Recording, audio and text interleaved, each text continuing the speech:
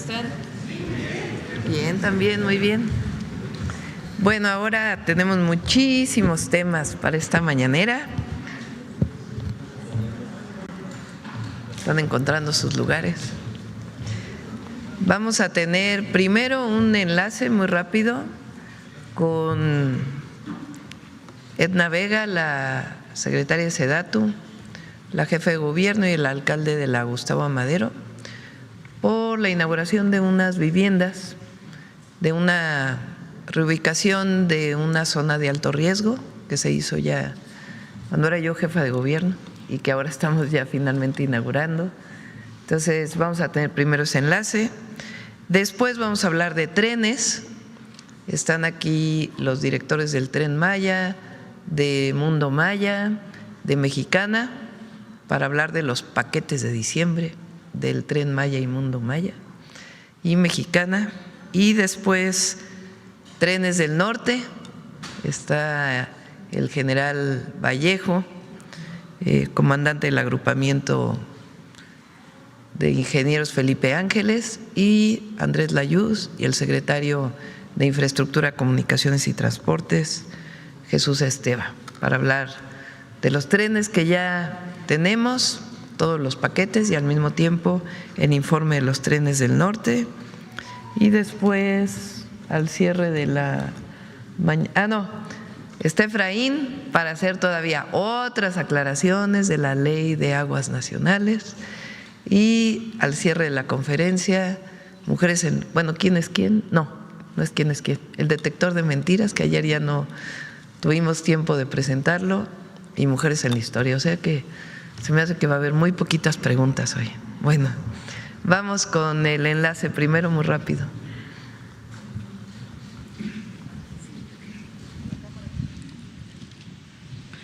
Presidenta, muy buenos días.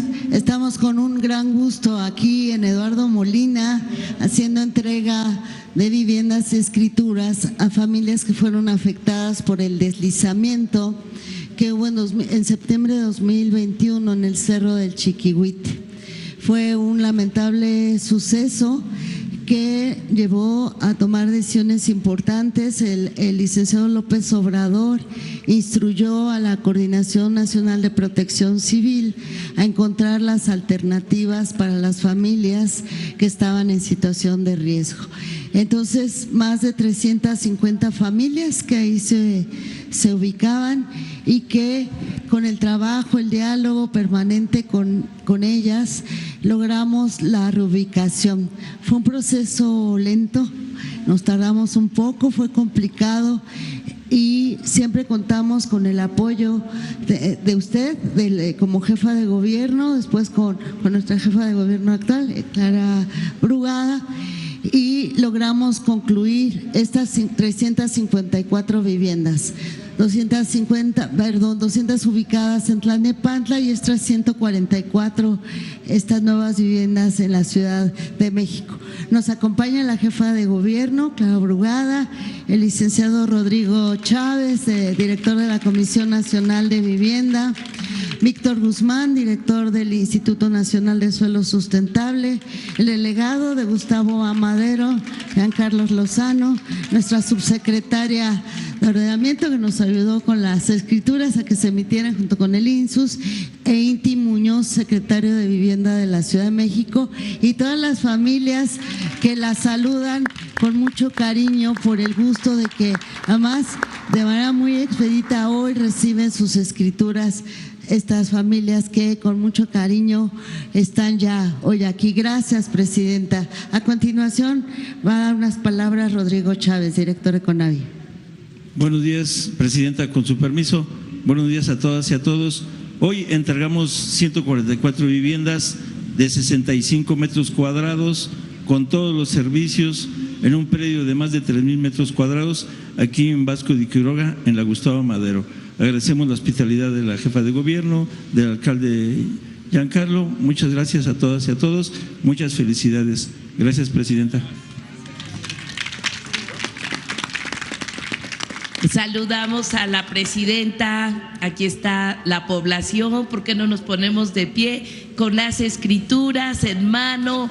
se está haciendo realidad un sueño, fueron reubicados por un momento tan difícil que vivieron de riesgo. Hoy tienen una construcción maravillosa, hoy tienen escrituras y le agradecemos mucho, Presidenta. Los gobiernos de la transformación cumplen. Gracias. Gracias, Presidenta. Gracias, felicidades a todos. Gracias. Bueno, ahora sí vamos con primero Tren Maya. Adelante, General Aguilar. Muchas gracias, señor presidente. Pues si me permiten, gracias. Muy buenos días a todas y a todos, señora presidenta, con su permiso. Quiero empezar diciéndoles que Tren Maya vamos cumpliendo bien nuestros objetivos. Agradezco mucho la preferencia de la gente. El día de hoy ya estamos cumpliendo nuestro objetivo de mover 1.200.000 personas. Lo cumplimos el día de ayer, que era el objetivo de este año, y vamos a alcanzar hasta 1.383.000 en este año. Voy a empezar platicándoles de los paquetes turísticos, que no es el objeto principal del Tren Maya. Sin embargo, con un esfuerzo coordinado a través de la Secretaría de Turismo, Tren Maya ha estado implementando paquetes turísticos en coordinación con la Línea Aérea Mexicana de Aviación, con el Grupo Mundo Maya, para que podamos acercar este tipo de servicios a las personas. Por ponerles un ejemplo, tenemos el de Mares y Lagunas. Es un paquete que está diseñado con 4 días, llegando desde el AIFA al Aeropuerto Internacional de Tulum, el hospedaje en el Hotel Mundo Maya de Tulum, y tienen diferentes paseos dentro del parque, el Jaguar, la zona arqueológica, las playas, el Hotel Mundo Maya nuevamente, trasladarse a Bacalar, estar en un tour en la Laguna de los 7 Colores, cena en un restaurante de Bacalar, el hospedaje en Chetumal, después un recorrido en la bahía de Chetumal y regresar el 4º día al Aeropuerto Internacional Felipe Ángeles. Esto es importante decirlo porque es la manera en que estamos ofertando los paquetes. Los paquetes de menos días son de 4 días con 3 noches y hay paquetes hasta 7 días con 6 noches. En la siguiente lámina, por favor. Este es otro ejemplo también, el de la Ruta de las Maravillas. Son 4 días con 3 noches, también llegando a Mérida, visitando el Paseo Montejo, hospedándose en los hoteles con los que tenemos convenio, visitando en el 2º día Puerto Progreso, el Museo del Meteorito, viajar en el Tren Maya hasta Chichén Itzá y hospedarse en el Hotel Mundo Maya de Chichén. En Chichén Itzá y Valladolid, visitar el cenote Chichicán, el centro de Valladolid, el viaje en Tren Maya, el hospedaje en el hotel y después regresar en el Tren Maya al centro, visitar el centro de Valladolid y desde Mérida regresar nuevamente a la Ciudad de México. Estos paquetes están ofertados en diferentes fechas, ustedes pueden ver ahí del 13 al 16 de diciembre, del 10 al 13 de enero y del 17 al 20 de enero. Cada uno de los paquetes tiene diferentes fechas, atendiendo a la demanda que se va presentando. En la siguiente lámina, por favor. Ahí tenemos todos los paquetes que estamos ofertando. En Semana Santa tuvimos 10 paquetes ofertados, logramos comercializar 117 paquetes, quiere decir que estamos teniendo una buena aceptación. En el verano ofrecimos 15 y comercializamos 136 y de lo que llevamos desde el 15 de octubre a la fecha hemos ya logrado posicionar 81 paquetes de los que estamos ofertando en la temporada de invierno y que ustedes pueden ver aquí. El paquete, por ejemplo, que es el Santuario Maya, incluye recorridos desde Tulum, Bacalar, Calakmul y termina en Palenque. Es uno de los más largos, son 7 días con 6 noches. Es el paquete más largo que ofrecemos y los paquetes más cortos de 4 días con 3 noches con los precios que ustedes observan ahí. Hay una pequeña variación por la temporada porque los precios de los hoteles suben y tenemos un 10% a veces de incremento en estos precios. Los canales de venta son los que ustedes pueden observar aquí para la compra de los boletos y estamos ya utilizando con mucha profusión la aplicación de Tren Maya. En la siguiente lámina, por favor, quiero comentarles que como parte también del esfuerzo que realiza el Tren Maya, vamos a iniciar ya con la operación del tren de larga distancia. Es un tren que no habíamos podido iniciar su operación porque estaba todavía la empresa terminando la configuración del mismo. Al día de la fecha, este tren tiene 2 vagones de clase turista, 2 de primera clase con asientos eléctricos reclinables con ciertas amenidades diferenciadas, un vagón equipado para alimentos y 2 vagones con camarote y un área de comedor. Es nuestro tren de lujo, solamente contaremos con 3 de la flota de 42 de que dispone el Tren Maya y pretendemos iniciar este paquete, ofertarlo el 29, 30, 31 de diciembre y 1 de enero. Son 4 días con 3 noches por Yucatán y Quintana Roo. Incluye el viaje en vuelo, el AIFA a Tulum, el Hotel Mundo Maya, en Tulum la visita a la zona arqueológica, al Parque del Jaguar. En el movimiento que haremos de Cancún a Mérida, ahí se va a servir el brindis, se va a hacer un brindis de fin de año, y la cena que se va a hacer en el Hotel de Mérida el día 31 y una parte también a bordo del tren de larga distancia, y el día 1 ofrecer el primer amanecer, precisamente verlo en el puerto de Progreso el 1 de enero del 2026. Ya lo estamos comercializando, como decimos, incluye todo, vuelos, obviamente en Mexicana, partiendo todos del AIFA y regresando al mismo aeropuerto.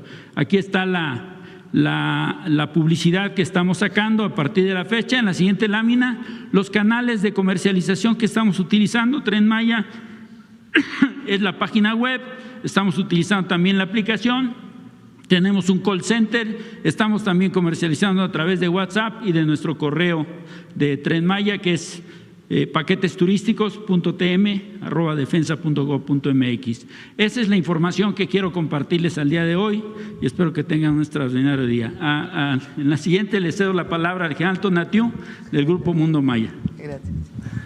Adelante, general. Gracias. Muy buenos días. Es un gusto saludarlos. Aquí es la oportunidad de promover nuevamente a los hoteles del Grupo Mundo Maya. Los hoteles del Grupo Mundo Maya entraron en operación en diciembre del año pasado. Todos se encuentran en el sureste de nuestro país, en los estados de Yucatán, Campeche, Chiapas y Quintana Roo. Todos están clasificados hasta el momento como 4 estrellas. Todos son similares en construcción, en amenidades. Destaca que todos tienen spa, temazcal, la alberca, gimnasio, aire acondicionado en todas las habitaciones y las áreas comunes. Todos cuentan con televisión, servicio a cuartos de atención, renta de bicicletas, terraza, juegos de salón y de mesa, tienda de souvenirs, wifi, restaurante. Los hoteles se encuentran, todos están cercanos a las zonas arqueológicas de la cultura maya, precisamente como lo menciona la lámina: Tulum, Calakmul, Palenque, Chichén Itzá, Uxmal, que esa es la ventaja que tienen, y todas aquellas vestigios de esa cultura, además de que eso permite estar inmersos en la naturaleza por su ubicación, pueden tener aventuras y además saber más de la historia y cultura de esa área. Derivado de esto, es importante mencionar que derivado de la operación de estos hoteles en este año hemos generado 986 empleos directos para toda la población que se ubica en esas áreas. La siguiente, por favor. Precisamente como lo decía la persona, el general Águila, que habló antes que yo, y lo que nos tenemos programado para esta temporada alta de diciembre, que la temporada es del 18 de diciembre de este año al 6 de enero de 2025, este grupo tiene organizados 9 paquetes para los hoteles que tenemos. Algunos hoteles cuentan con 2 paquetes de 3 días, 2 noches, 4 días y 3 noches. El Hotel Calakmul, que por su ubicación y gran representación arqueológica que presenta, ese tiene un paquete de 6 días, 5 noches, y todos los pueden visitar en nuestra página web, en nuestro QR, en nuestro call center con el teléfono que está ubicado ahí en la página. Simplemente se llama, se pide la cotización, se les responde y se les ofrece el paquete que quieran. Todos los paquetes incluyen salida del AIFA, vuelo redondo en nuestra empresa, nuestra línea aérea de Mexicana. Todos cuentan con hospedaje, servicio de alimentación y transporte. El transporte es importante mencionarlo, puede ser desde el aeropuerto Tulum o desde el aeropuerto de Mérida, para llevarlos en Mérida. En el caso de Mérida es llevarlos a Chichén Itzá, que es la zona arqueológica que les queda. Y en el de Tulum, pues es precisamente llevarlos al aeropuerto de Tulum, al hotel de Tulum, para la zona arqueológica en Tulum. Y también el transporte los que se ofrece es llevarlos de alguna estación del Tren Maya, si así lo desean, al hotel y retorno. Y si no, también pues cualquier necesidad que tenga el huésped, estamos abiertos a apoyarlos. Los paquetes no son necesariamente cerrados, las personas pueden decidir qué ocupan del paquete, qué no ocupan del paquete. La idea de nosotros es dar servicio de calidad con confianza y permanente para que nuestros hoteles sean asertivos. Es importante señalarles que hasta el día de la fecha, en lo que llevan nuestros hoteles funcionando, tenemos registrados una ocupación de 67,352 personas. Los meses que mejor tuvimos hospedaje fueron julio con 9,397 personas, agosto con 10,568 personas. Y estamos considerando que en este mes de diciembre, es temporada alta, la ocupación será mucho mejor que en los meses pasados. Eso sería cuanto. Muchas gracias, señora presidenta. Con su permiso. Con su permiso, señor. Buenos días a todas y a todos. Un gusto saludarlos en este ejercicio ciudadano para hablar de Mexicana, informarles la Aerolínea del Pueblo de México, cómo se integra este ecosistema de los paquetes turísticos que han ofrecido el Grupo Mundo Maya y el propio Tren Maya. Bien, Mexicana, a través de nuestra red de rutas nacionales que tiene actualmente, la cual atiende a 14 destinos, a través del AIFA como nuestro principal base de operaciones y el cual se convierte en nuestro principal centro de distribución, conecta las diferentes regiones de nuestro país, es decir, el norte, el noreste, el occidente hacia el centro y de ahí conecta hacia el sureste mexicano. Esta conectividad a través de Mexicana precisamente es un activo estratégico nacional que nos permite precisamente impulsar no solamente la parte turística, sino también la economía regional en esta parte, en los principales estados que corresponden al sureste, que es Quintana Roo, Campeche, Yucatán y Chiapas.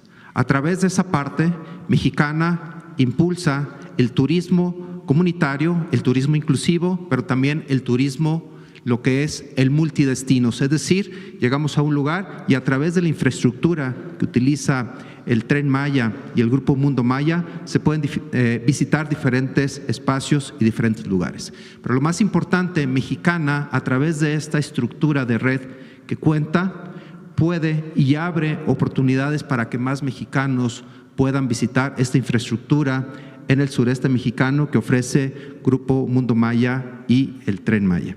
La siguiente, por favor. ¿Cómo lo hace Mexicana? A partir del 15 de diciembre al 11 de enero, Mexicana estará incrementando vuelos hacia esa parte, hacia esa región de nuestro país. Actualmente tenemos 176 vuelos regulares, estamos adicionando 104 vuelos más para hacer un total de 280 vuelos. Es decir, estamos incrementando un 59% más nuestras operaciones y una capacidad de asientos por kilómetro recorrido en un 50% más. En estos 4 destinos claves que son estratégicos para impulsar el sureste. 11 vuelos semanales a Mérida, 13 vuelos a Tulum, 8 a Tijuana y 4 a Chetumal. Con eso, Mexicana amplía su oferta en el mercado con estos vuelos bajo una forma estratégica, con lo cual nosotros vamos a poder mejorar esa demanda o poder ofrecer mayor oferta a esta demanda que nosotros estamos considerando que se va a incrementar hacia esta época vacacional. Pero lo más importante aquí es que Mexicana ofrece oportunidad para que más mexicanos puedan acceder al transporte aéreo para los diferentes sectores sociales. La siguiente, por favor. Aquí es importante, Mexicana ha diseñado un concepto estratégico para hacer el vuelo del transporte aéreo más accesible, a través de un triángulo virtuoso en el cual conjuga 3 elementos básicos, que es la accesibilidad, la comodidad y la puntualidad. Respecto a la accesibilidad, Mexicana está ofreciendo precios más bajos entre el 18 y 22% en lo que es al promedio del mercado aéreo nacional. Sin embargo, aquí Mexicana tiene un atributo: los precios que vienen ya especificados en nuestros canales de venta son precios transparentes, son precios claros y sin ningún costo adicional oculto, y con eso hacemos más accesible el transporte aéreo. Lo que corresponde a la comodidad, a través de la nueva flota de aviones Embraer que se ha incorporado ya a la aerolínea del Estado mexicano, estamos tratando de integrar esta configuración ergonómica moderna y bajo un concepto que le llamamos el 2.2. ¿Qué quiere decir? Que los nuevos asientos que trae Mexicana son dos, sin un asiento intermedio. ¿Qué quiere decir? Que los usuarios ya no pagan por tener acceso hacia el área del pasillo o al área de ventana, sino que los precios ya están dentro de este contexto incluidos, con los cuales hacemos más accesible este acceso al transporte aéreo. También un punto que es muy importante es que estos aviones ofrecen una cabina totalmente silenciosa, cómoda y que permite tener un vuelo más confortable a cada uno de los usuarios que utiliza Mexicana. Y otro atributo muy importante de este triángulo virtuoso es precisamente la puntualidad. Mexicana actualmente es la línea más puntual saliendo desde el AIFA con un 98.6% de porcentaje en esta variable de la puntualidad. ¿Cómo lo hemos logrado? A través de procesos eficientes, procesos que son más ágiles y que nos permite también reducir costos operativos para generar este triángulo virtuoso que es la accesibilidad. La siguiente, por favor. Bien, también Mexicana continúa reforzando sus canales de venta a través de nuestra página web, que es mexicana.gov.mx. Ahí pueden encontrar toda la gama de nuestros destinos a los cuales Mexicana está atendiendo actualmente. También tenemos a través de otras plataformas digitales como es Expedia, Google Flights y otras 50 plataformas más digitales en los cuales los usuarios pueden llevar a cabo el acceso para la adquisición de un boleto a través de Mexicana. También otro canal de venta que es el call center. El call center actualmente podemos nosotros manifestar que Mexicana es la primera aerolínea en México de estar utilizando la inteligencia artificial para poder tener unas respuestas de voz interactiva. Es decir, estamos siendo más ágiles para atender a cada uno de nuestros usuarios y ofrecerle un servicio sencillo, pero también eficiente.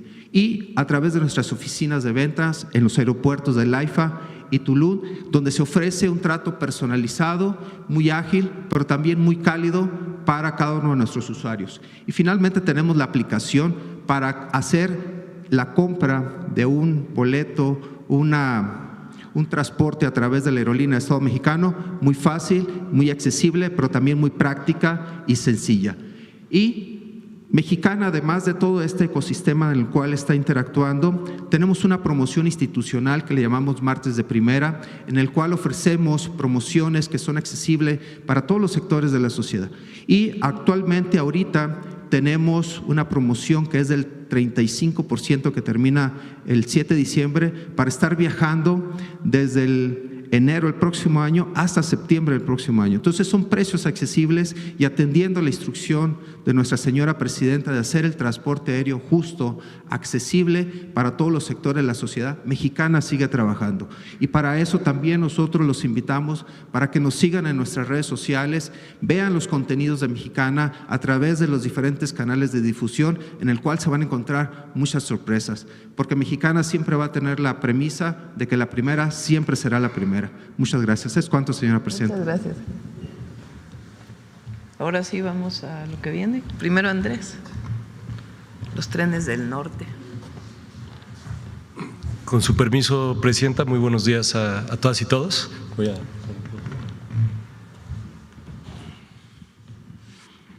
Les vamos a presentar los avances de los trenes de pasajeros al norte.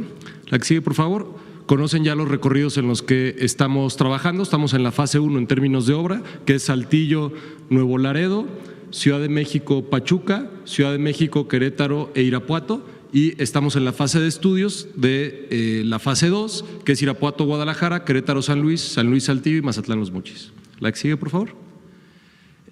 Como saben, tenemos las características del servicio, que son vías dedicadas aprovechando el derecho de vía existente, con velocidades máximas de entre 160 y 200 kilómetros por hora. En el caso de Ciudad de México-Pachuca son trenes de tracción eléctrica y el resto de la red son diésel eléctricos. Tenemos estaciones principales y secundarias y servicios regionales en los distintos tramos, que no solo son desde la Ciudad de México, sino también servicios más locales. Aquí lo que creo que es interesante es que tenemos dos imágenes objetivo de estaciones en el tramo Saltillo-Nuevo Laredo.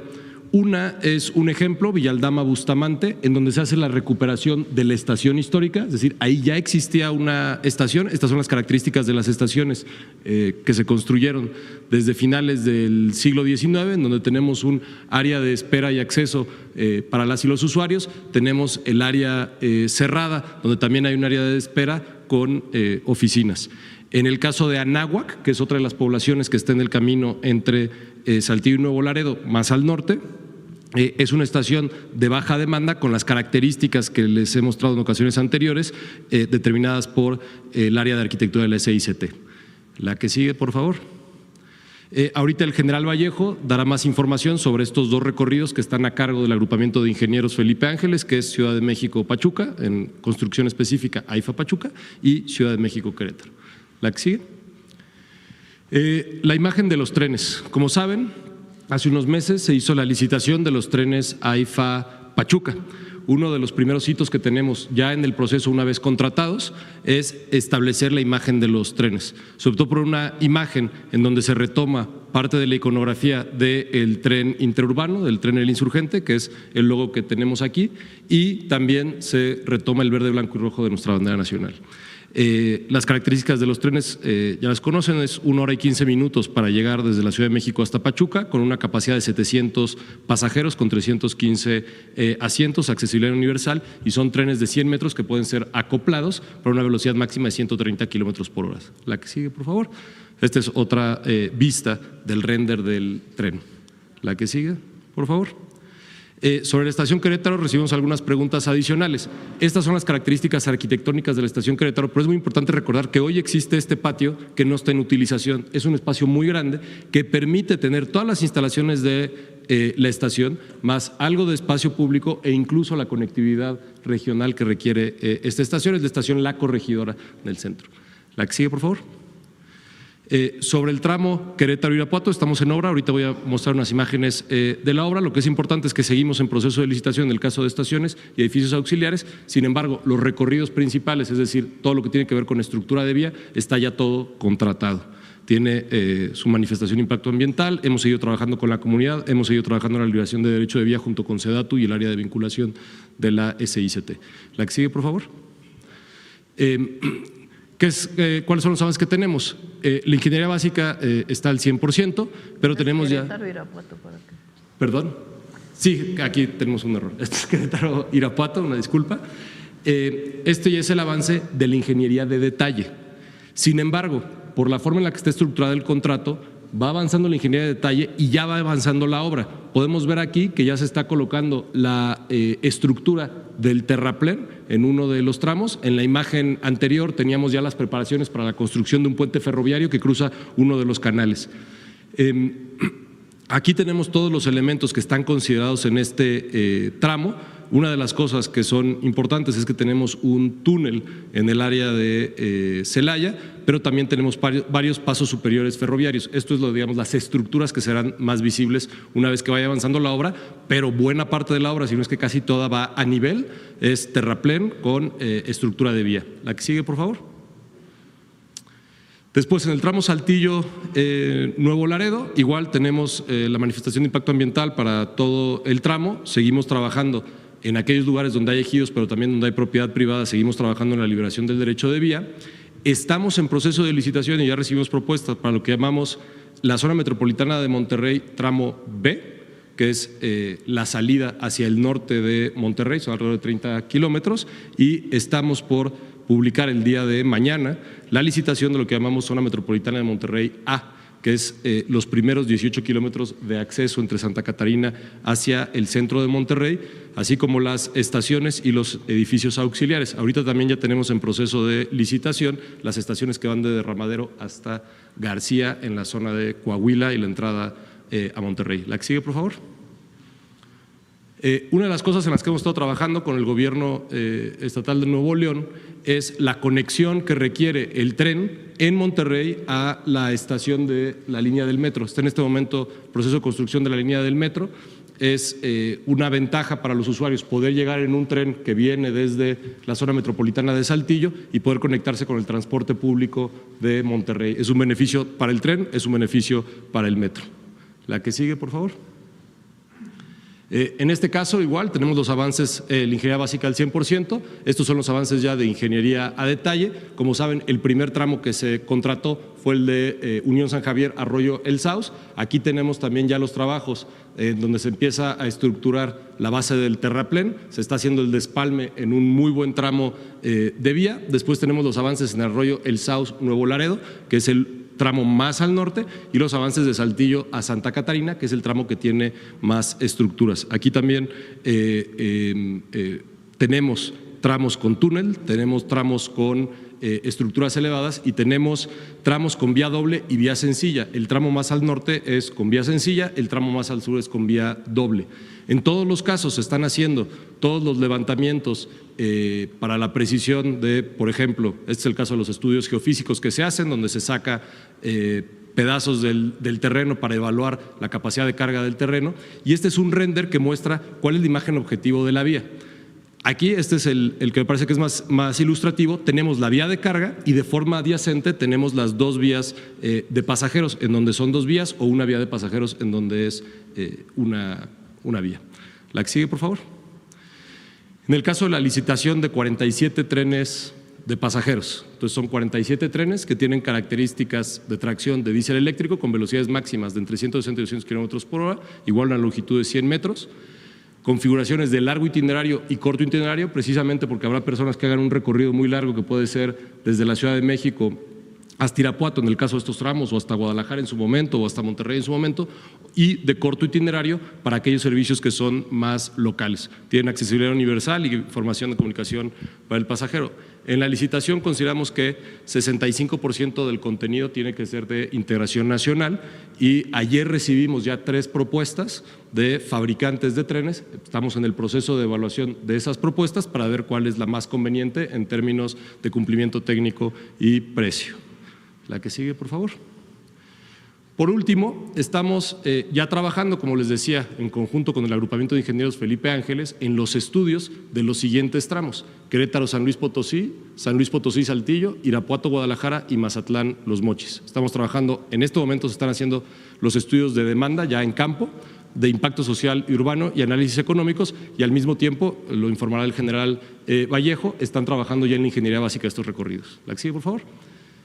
Y nada más, como siempre, recordar que este es un trabajo en equipo. Somos realmente muchas instituciones las que estamos trabajando en esto. Todo el mundo tiene una responsabilidad a la cual le dedica y tiene mucha dedicación todos los equipos, y agradecemos siempre el trabajo de Medio Ambiente, de Sedatu, de Defensa, de Conagua, de Hacienda, del INPI, de la CFE, de Pemex, para sacar estos proyectos. Muchas gracias. Gracias, Andrés. General Vallejo. ¿Quiere aquí o allá? Gracias. Con su permiso, Presidenta.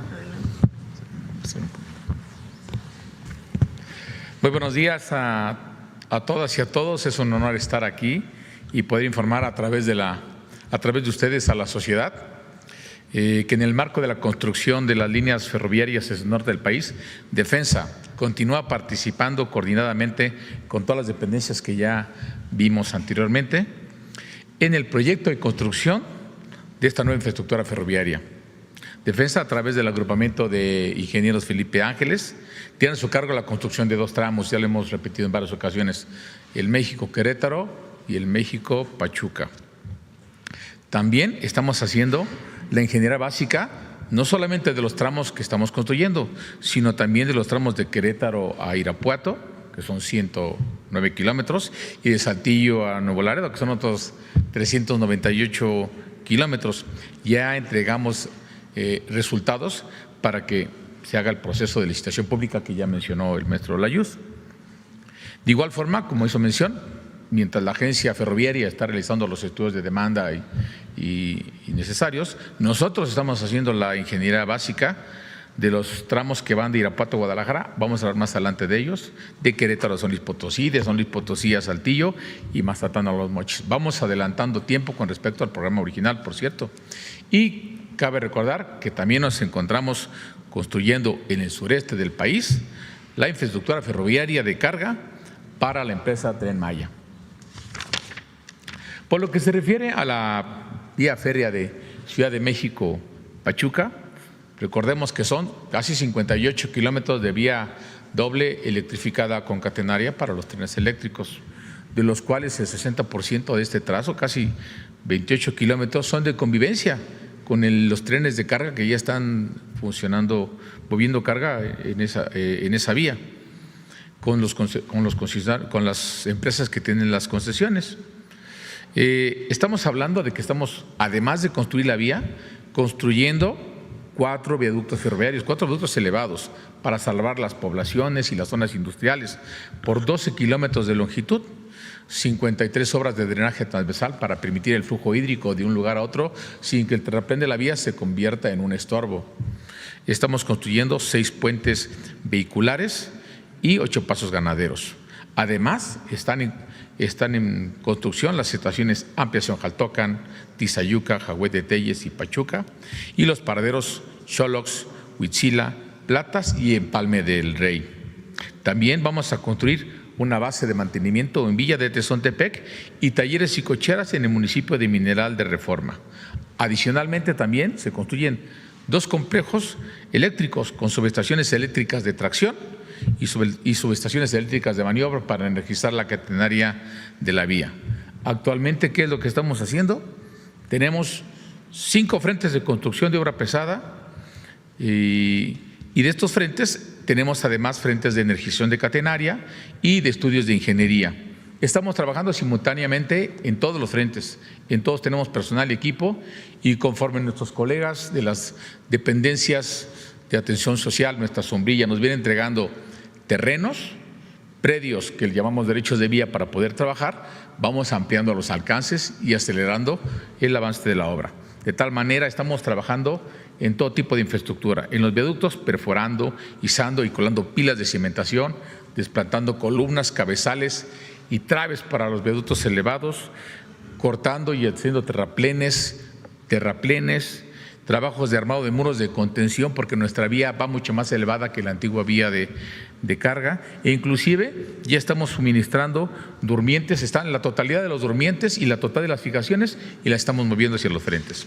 Por lo que se refiere a la vía que va de Ciudad de México a Querétaro, son 226 también kilómetros de vía doble. 119, otro 60%, es de convivencia con una de las vías de mayor actividad de movimiento de carga. De hecho, es la ruta principal de abastecimiento de carga que entra al país. Estamos aprendiendo a esta convivencia operativa con los concesionarios. Estamos aquí, además de la construcción de todos estos kilómetros de vía, construyendo 25 viaductos elevados con una longitud de 23 kilómetros de extensión, 76 obras de drenaje transversal destinadas a evitar esta contención de agua que se permite el flujo hídrico, 10 puentes ferroviarios para cruces de cuerpos de agua y pasos a desnivel. Como parte de la infraestructura ferroviaria también se contempla la construcción de 4 estaciones en Huehuetoca, San Juan del Río, El Marqués y Querétaro, y la rehabilitación de 2 estaciones, la de Buenavista y la de Tula de Allende, y la construcción de 2 zonas de inspección en Ponotitlán y en El Marqués. Igualmente estamos organizados en 14 frentes de construcción, 12 son de construcción pesada y 2 de estudios de ingeniería que acompañan a la construcción. Tenemos más de 11,000 empleos aquí ya generados.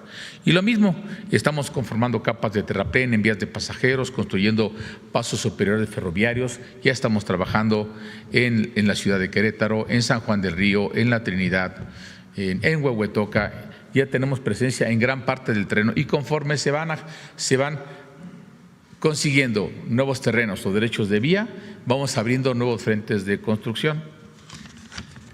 La siguiente, por favor. Por lo que se refiere a la ingeniería básica, es bien importante mencionarlo. La ingeniería básica de un proyecto es, en esta etapa inicial de desarrollo de un proyecto, establece los fundamentos técnicos y funcionales del proyecto, alcances, objetivos, requisitos y especificaciones, así como recursos necesarios. Es importante mencionar que la primera etapa de ingeniería básica está terminada o prácticamente terminada, solamente faltan algunos estudios de operación, pero por la de construcción, tanto nosotros como las empresas que están construyendo, que ganaron los contratos, ya pueden desarrollar sus proyectos ejecutivos.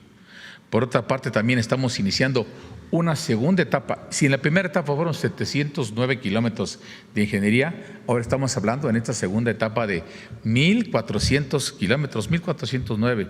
Estamos, como lo mencionó el maestro Layuz, desarrollando ingeniería básica, además de los estudios que están haciendo, de Irapuato a Guadalajara, de Querétaro a San Luis Potosí, de San Luis Potosí a Saltillo y de Mazatlán a Los Mochis. Estamos hablando de topografía, campañas geotécnicas, geofísicas, geológicas, hidráulicas, hidrológicas, y esta campaña de vuelos LIDAR, que lo mencionamos normalmente muy seguido, pero realmente es muy importante. Es una misión aérea con sensores láser que escanean el terreno y generan modelos tridimensionales muy a detalle de lo que hay. Se avanza muchísimo y se tiene información muy precisa. Esto nos permite pues lograr avances muy significativos en el trazo ferroviario.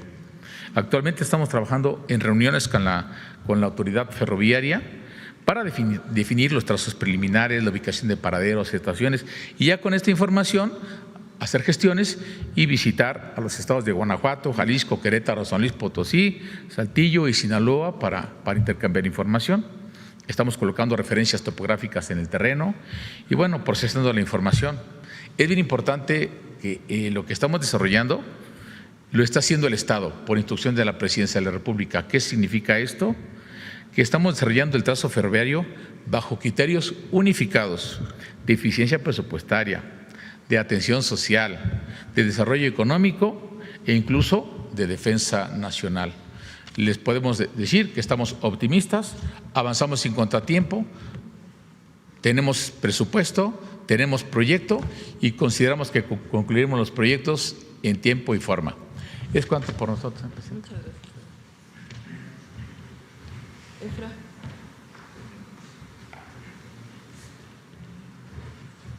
Gracias. Con su permiso, presidenta, buenos días a todas y a todos. Como ustedes saben, el día de ayer se discutió en la Cámara de Diputados este paquete de reformas en materia de aguas enviado por nuestra presidenta. Este ya fue aprobado en lo general, aún continúan en las últimas discusiones ya de artículos en lo particular y me parece muy oportuno el poder decir realmente en qué consiste la reforma. Esta reforma lo que nos va a permitir es que el agua deje de verse como una mercancía, que deje de estarse mercantilizando, terminar con esta visión que ha causado muchas afectaciones en nuestro país, como el acaparamiento, como la sobreexplotación, como un mercado ilegal en donde unos cuantos se han enriquecido a costa de un derecho de las mayorías, en donde hay quienes concentran grandes cantidades de agua mientras y las venden además con un fin de lucro, mientras hay comunidades y pequeños productores que no cuentan con el agua suficiente para poder realizar sus actividades. Ese es el espíritu, el corazón de esta iniciativa. Y también me parece oportuno poder aclarar una serie de mentiras que han estado circulando en redes, que han sido impulsadas, sobre todo en el debate, para querer desinformar, para querer generar miedo e incertidumbre entre nuestros productores, sobre todo. ¿Cuáles son esas mentiras que se han dicho y que me gustaría aclarar el día de hoy? No voy a poder heredar mi terreno con un título de concesión. Falso. Es un tema totalmente falso. El día de ayer quedó puntualizado y ha sido especificado punto a punto en la ley. Esto es producto del diálogo que se ha tenido con productores que nos ha ayudado a enriquecer esta iniciativa. Otra de las mentiras que se señalan es que en el caso de que yo quiera vender una propiedad, que la Conagua ya no va a permitirme venderla con el título de concesión. Falso. está totalmente garantizado en la iniciativa que cuando se vende una propiedad, se vende con el título de concesión. Sería ridículo pensar que se puede vender una propiedad sin agua, por ejemplo, una parcela, pues no valdría prácticamente nada. Y esto ha quedado especificado en la ley, así se votó el día de ayer, que se criminaliza a los productores porque se establecen sanciones para quien traslade agua, para quien realice un bordo, para quien tome un poco de agua del río para poder terminar con el riego de sus cultivos. Falso. Lo que se establece en la ley es un castigo para quienes han abusado, sobre todo cuando han tenido poder político o poder económico. El caso más emblemático tal vez es el del exgobernador Duarte, que se mandó a construir una presa para retener 700,000 metros cúbicos de agua, perjudicando a las comunidades aguas abajo, que no cuentan con agua suficiente para realizar sus actividades más elementales o que no contaban con agua suficiente para poder llevar a cabo sus actividades agropecuarias. Esto además perjudicó también en la presa de La Boquilla, que causó un conflicto muy complejo en años anteriores. Entonces, lo que está sancionándose es este tipo de abusos. Al pequeño productor no se le castiga, sí lo contempla la iniciativa. Se establece que cuando se trata de actividades agropecuarias familiares, que prácticamente no se establece ningún tipo de sanción. Otra mentira que se ha generado es que si transportas agua en pipas, te va a sancionar la Conagua, que el productor ya no va a poder trasladar agua de un lugar a otro en sus propias tierras, porque entonces vas a recibir una sanción y la Conagua los va a meter a la cárcel. Falso, nada más falso que eso. Lo que se está planteando entre los delitos es combatir el robo de agua. Es que estas personas que a sabiendas de que están extrayendo agua de manera ilegal, que se la están robando, que la están trasladando y que además tienen el fin de lucro, que la quieren usar para venderla. Eso es lo que eso es lo que establece la nueva ley. Otra cosa que ha sido una mentira reiterada es que la Conagua ahora va a regular el agua de lluvia, que ya te van a prohibir que puedas realizar ollas de captación, que son un tema muy común entre nuestros compañeros productores. Falso. Lo que nosotros estamos proponiendo no solamente es no reglamentar, estamos incentivando los sistemas de captación como una alternativa, sobre todo en las regiones donde no se tiene acceso a agua superficial o agua subterránea porque están elevadas. Lo que nosotros estamos reglamentando es que cuando se trata de ollas de captación que establecen, por supuesto, gente que abusa de esta actividad, que en algunos casos ya son prácticamente presas, pues que se pueda regular para evitar que generemos afectaciones a nuestros ríos, que se mueran nuestros ríos, que se mueran especies, que se mueran árboles, y solamente es un trámite administrativo. Se dice que ya no puedes rentar tu parcela con agua porque es un delito. Falso. Queda totalmente garantizado en la ley. Es una práctica muy común entre nuestros agricultores que rentan sus tierras de manera temporal cuando no las cultivan o cuando no tienen recursos suficientes. Eso está totalmente garantizado con la iniciativa. Se dice que te va a quitar tu título de concesión la Conagua, que si tienes un pozo en tu casa ya no lo vas a poder explotar porque la Conagua te lo va a quitar. Falso. Eso es todos los derechos, absolutamente todos los derechos, todo el que hoy tiene una concesión tiene garantizados y salvaguardados sus derechos. Básicamente esas son las mentiras que han estado circulando en las redes, son las campañas de desinformación que se han generado. Me llamó mucho la atención que incluso en el debate ayer en la propia Cámara de Diputados se repite una y otra vez, a pesar de que esto ha quedado perfectamente establecido en la iniciativa. Entonces, es una aclaración que me parece muy importante, sobre todo para los productores agrícolas. Es a ellos a quien se ha intentado desinformar, a quienes se les ha intentado meter miedo. Y yo diría que no es otra cosa que actos desesperados de aquellos que ven perder sus privilegios, de aquellos que durante años se han enriquecido a costillas de un recurso natural tan preciado para todas y todos los mexicanos. Lo que realmente constituye la iniciativa es un cambio de visión profundo, que podamos contar con agua suficiente, primero para garantizar el derecho de las personas, que abramos las llaves de nuestras casas y que contemos con agua, que aquellas comunidades que históricamente han sido privadas del vital líquido puedan contar con este.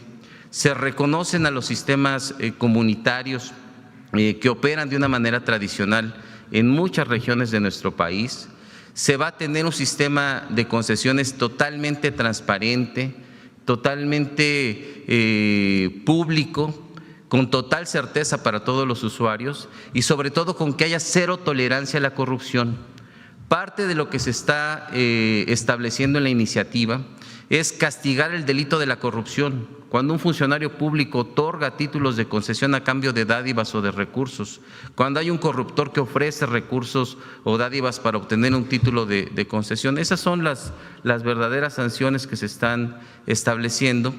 Es esta iniciativa una iniciativa que va a traer grandes beneficios al pueblo de México, que nos va a ayudar a enfrentar no solamente los retos que tenemos actualmente, sino todo va a sentar las bases para que nuestras hijas, para que nuestros hijos, nuestros nietos no tengan que sufrir por cuestiones de agua. Es una iniciativa que garantiza agua para todas y para todos en el país y es sobre todo un acto de justicia para el pueblo de México.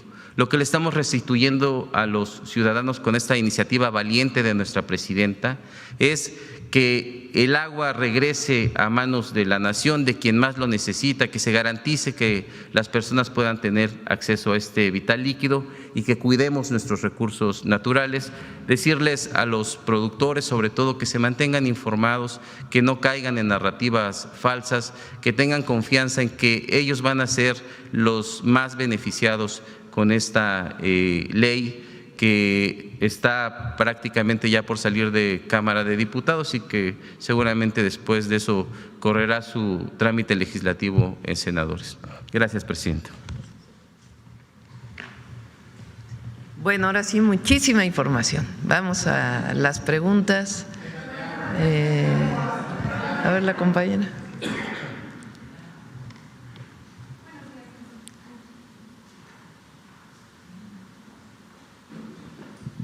Ay, buenos días. Buenos días, presidenta. Buenos días a todos los presentes. Presidenta, ¿qué impactos espera que tengan estos paquetes de turismo en la región, sobre todo del sureste de nuestro país? ¿Qué impactos espera y para cuándo se podrán ver estos resultados?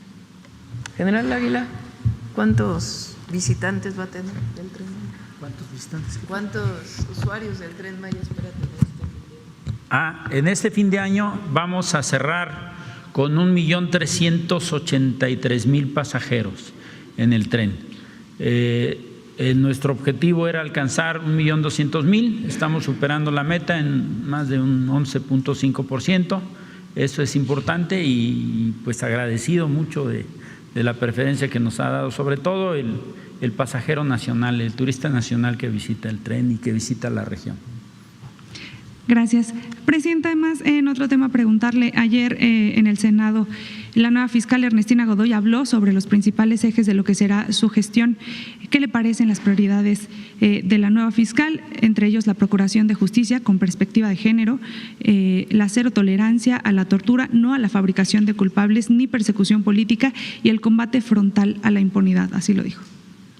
Pues Ernestina es una mujer, como lo dije el otro día, honesta, una gran profesional de su trabajo, es decir, lo hace con profesionalismo, con mucha integridad y conoce ya el tema porque fue fiscal general en la Ciudad de México.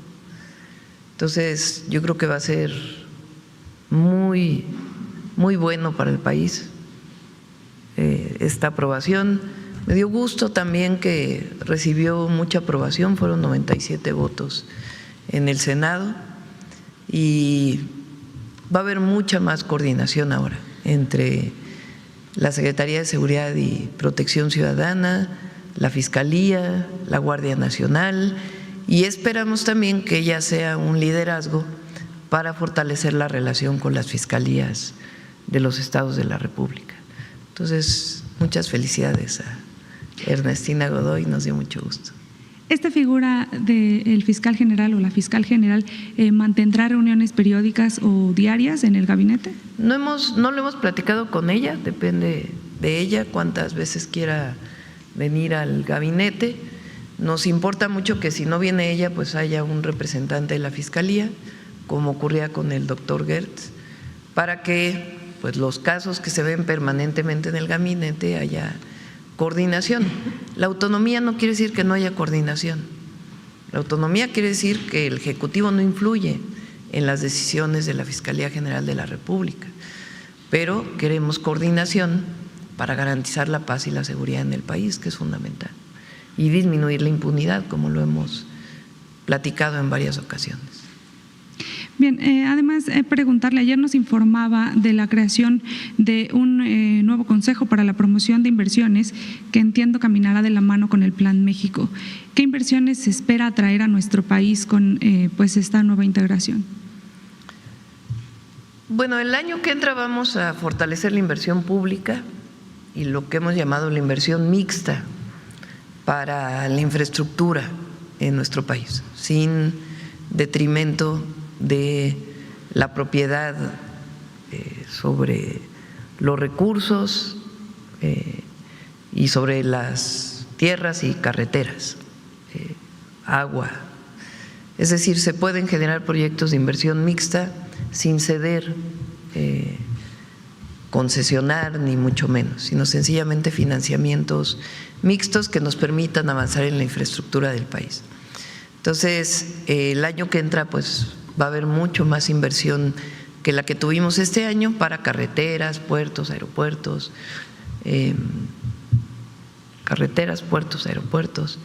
trenes, agua. Entonces, la infraestructura pública fundamental para el desarrollo del país. Y después, todo lo que tiene que ver con el Plan México, que es fortalecer las cadenas de valor, que si en México se produce una televisión, pues que una buena parte de los componentes de esa televisión también se fabriquen en México. Que si en México dejó de producirse ropa por la importación de otros lugares, pues que no haya tanta importación y que fortalezcamos la producción nacional en la industria textil en ciertas áreas, recuperando pues una parte de la industria que se ha ido perdiendo. Y en muchas otras áreas, en la construcción de trenes, por ejemplo. Ahora en las licitaciones se estableció que 65% sea contenido nacional. Eso significa que los trenes que se construyan para los trenes México-Pachuca, México-Querétaro, los trenes del norte, pues tengan un componente nacional muy importante. Es decir, garantizar que se produzca más en nuestro país en estas cadenas de valor, que se recupere una parte de la industria farmacéutica que se perdió, que se fabrique más medicinas en nuestro país. Todo eso tiene que ver con el Plan México. Y los empresarios y empresarias que estuvieron ayer, hemos hablado en otras ocasiones con ellos, pero pues me dio mucho gusto porque están muy dispuestos a ayudarnos, no solamente a sus propias inversiones, sino que ellos mismos promuevan la inversión nacional y extranjera en nuestro país. Gracias, presidenta. Además, este sábado se celebran 7 años de la Cuarta Transformación. ¿Cuáles serán los ejes del mensaje que le dará a la población este sábado? Primero, los logros, las conquistas del pueblo de México en estos 7 años. ¿Hacia dónde vamos? ¿Hacia dónde va la Cuarta Transformación? ¿Por qué tenemos que seguir luchando? Porque como lo he dicho, no es que nosotros hayamos dejado de luchar. Antes luchábamos porque se transformara el país, porque cambiara el gobierno, y ahora desde el gobierno seguimos luchando para transformar a México todos los días, con otros instrumentos, con otros mecanismos, pero tenemos que seguir con la unión entre pueblo y gobierno que nos permita seguir avanzando. Entonces vamos a hablar de los retos hacia adelante, todo lo que tenemos que seguir avanzando. Hay una disminución de 13.5 millones de mexicanas y mexicanos de la pobreza, pero tenemos que seguir avanzando para que más mexicanos salgan de la pobreza extrema y de la pobreza. Todo eso lo vamos a mencionar el sábado, y también lo que representan los principios de la transformación. Cómo gobernamos, por qué es importante mantener la austeridad republicana, gobernar con humildad, por qué es fundamental que no haya corrupción, por qué es fundamental que sigamos defendiendo la soberanía de nuestro país. Todo ello va a ser parte de esta gran celebración del sábado 6 de diciembre. Gracias, presidenta. Finalmente, preguntarle sobre su gira de este domingo. ¿Habrá gira? Sí, nos vamos a ir. Este domingo no. Nos vamos hoy en la tarde-noche a Washington. Ahora sí lo informo, vamos a usar un avión de la Secretaría de la Defensa Nacional por los tiempos de ida y vuelta. Ya no nos daba la oportunidad. Vamos a tener una reunión, bueno, nos vamos hoy en la tarde-noche, todavía no sé exactamente la hora. Dormimos en Washington en un hotel. Vamos en la mañana al evento allí en el Kennedy Center. Todo parece indicar que vamos a tener una pequeña reunión, digo pequeña porque es de corto tiempo por los tiempos del evento, con el presidente Trump y otra con el primer ministro Carney, y después el evento que dura como 4 minutos, sacar la bolita y ver en qué grupo vamos a encabezar como México. Y después ya nos vamos a nuestros asientos y allí pues se termina cómo se constituyen todos los grupos del Mundial, ahí se termina el evento y después vamos a tener una reunión con mexicanas y mexicanos allá. Y ya nos regresamos mañana en la noche para poder estar el sábado temprano en la celebración. Y el domingo nos vamos a quedar aquí ya para trabajar para la próxima semana y después sí vamos a tener nuestras giras normales. Y ya luego platicamos porque 24, ¿qué día es? ¿Miércoles o martes? Miércoles 24. Entonces ya estamos viendo a ver si vamos a hacer algo los fines de semana o les vamos a dar vacaciones a ustedes también. ¿Mañana? Sí va a haber mañanera, la va a coordinar la secretaria Rosa Isela.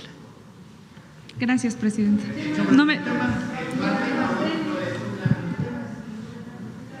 Vamos. A ver, allá atrás que no habías pedido la palabra de Hidalgo.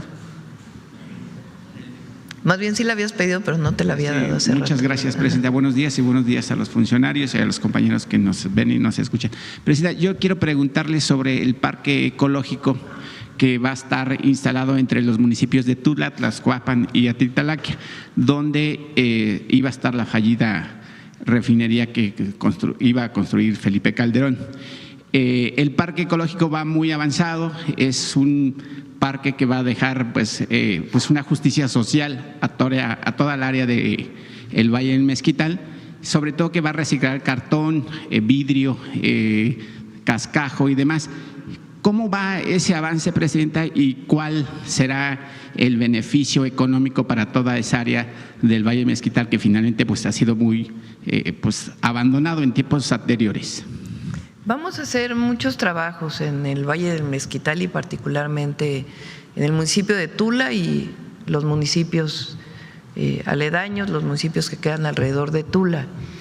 Recuerden que la planta de combustóleo, de electricidad que todavía produce electricidad con combustóleo, va a ser transformada en una planta de ciclo combinado con gas natural.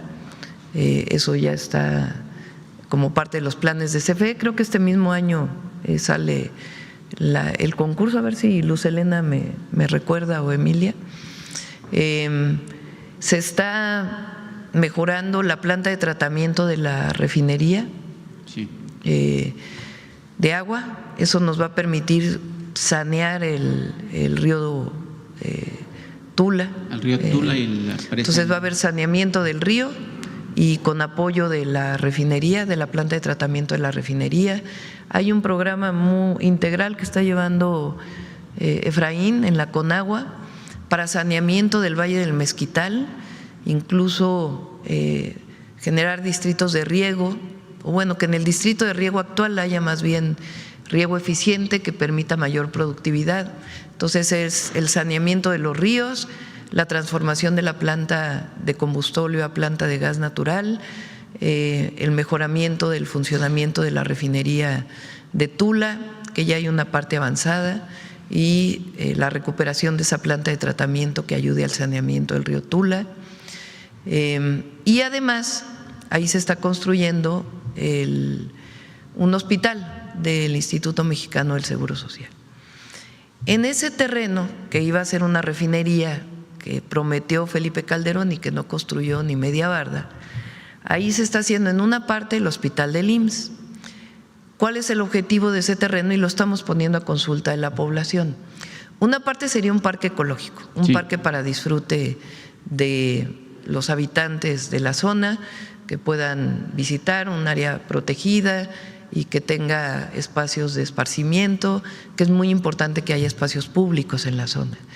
Hay otra parte que se mantiene porque tiene vestigios arqueológicos, entonces ahí el INAH va a hacer su trabajo. Y en otra parte, el objetivo es hacer un parque de economía circular, se llama, que se dedique al reciclaje. No es contaminante, porque muchos habitantes de la zona dicen, a ver, nos van a traer más contaminación con proyectos que generen más contaminación. Al contrario, se trata de generar empleo mejorando las condiciones ambientales de la zona. Es un proyecto muy bonito, entonces se crearía un parque para la economía circular de reciclaje de residuos sólidos y al mismo tiempo un parque para la población, un área donde el INAH va a seguir haciendo investigación. Tienen salidas fuera de la ciudad para que no tengan que estar pasando por la ciudad los camiones de carga. Entonces es un proyecto muy bueno, pero de todas maneras se está poniendo a consulta de la población para que se conozca. Y además todo el saneamiento de la zona. El 14 de diciembre van a hacer una consulta, la que usted comenta, Presidenta. Hay algunos grupos que se oponen, pero eso siempre sucede cuando ven afectados sus intereses. Además, la Semarnat ya está avanzando con el tema del mejoramiento de la presa en Doc, obviamente extrayendo miles de toneladas de lirio acuático y también combatiendo el tema del mosquito Culex que afecta a la población de esa área de los 3 municipios que le mencioné. Sí, es parte del proyecto integral. ¿Quieres mencionar algo, Efra? Del proyecto integral de zona metropolitana, el que está llevando Roberto a través de CONAGUA. Bueno, en la zona metropolitana se están realizando diversas acciones. Este año se combinó con los 10 municipios de la zona oriente una inversión conjunta y también con el Estado de México, que nos llevó a realizar 113 obras que tienen que ver con agua potable, sobre todo en las zonas donde hay una mayor necesidad, por ejemplo, Ecatepec, Ciudad Nezahualcóyotl, La Paz. Se realizó una obra muy importante, que es el colector de Chalco, se establecieron prácticamente 2 kilómetros. Es una obra muy trascendente porque a pesar de las fuertes lluvias que tuvimos este año, Chalco no fue un lugar afectado por inundaciones y hay que decir que con esta obra se corrigió una problemática que se tenía desde hace décadas en Chalco. Ya las banquetas, cuando uno está visitando Chalco, pues están con elevaciones importantes porque era un tema recurrente. Eso se logró solventar. También el proyecto de la zona metropolitana lo que plantea son obras muy importantes, por ejemplo, la rehabilitación de la macrolínea de distribución, que va a permitir tener un caudal más importante de agua potable, sobre todo en la zona oriente, que va a impactar en Ciudad Nezahualcóyotl y que va a iniciar con Iztapalapa. Son las dos principales zonas que se van a beneficiar con un incremento de alrededor de 200 litros. También en este proyecto de la zona metropolitana se está trabajando en un proyecto de la presa de Guadalupe que va a ayudar a la zona poniente tanto del Estado de México como de la ciudad, y se trabaja en un programa de agua potable que se encuentra en Zumpango, que nos va a permitir, sobre todo en época de estiaje, contar con una mayor capacidad de agua. No recuerdo ahorita el total de agua que nos va a aportar en porcentaje. Y también en este proyecto está incluido el saneamiento del río Tula, que contempla obras para el desasolve, que contempla obras de protección, que contempla también la tecnificación de 3 distritos de riego, y el proyecto al que se referían hace un momento, que significa que Pemex está utilizando agua actualmente de pozos, pueda utilizar en sus procesos de enfriamiento agua proveniente de aguas residuales que van a ser tratadas, y que esta agua dulce que está siendo obtenida de pozos se pueda redirigir a la ciudad de Tula, lo cual le va a dar una capacidad de agua potable mucho mayor a la que tiene actualmente. Eso entre los principales proyectos. Y uno que ha instruido la presidenta recientemente, que tiene que ver con establecer un gran proyecto para resolver el problema de inundaciones en la zona oriente, tanto del Valle de México como de la Ciudad de México. De la Ciudad de México y del Estado de México, perdón. En términos generales es eso, presidente. Gracias, presidenta. Y continuando con otro tema de agua, pero no precisamente la potable, en San Cristóbal, Cabo San Lucas, Baja California Sur, el acceso a la playa permanece cerrado a pesar de una resolución federal que ordena reabrirlo.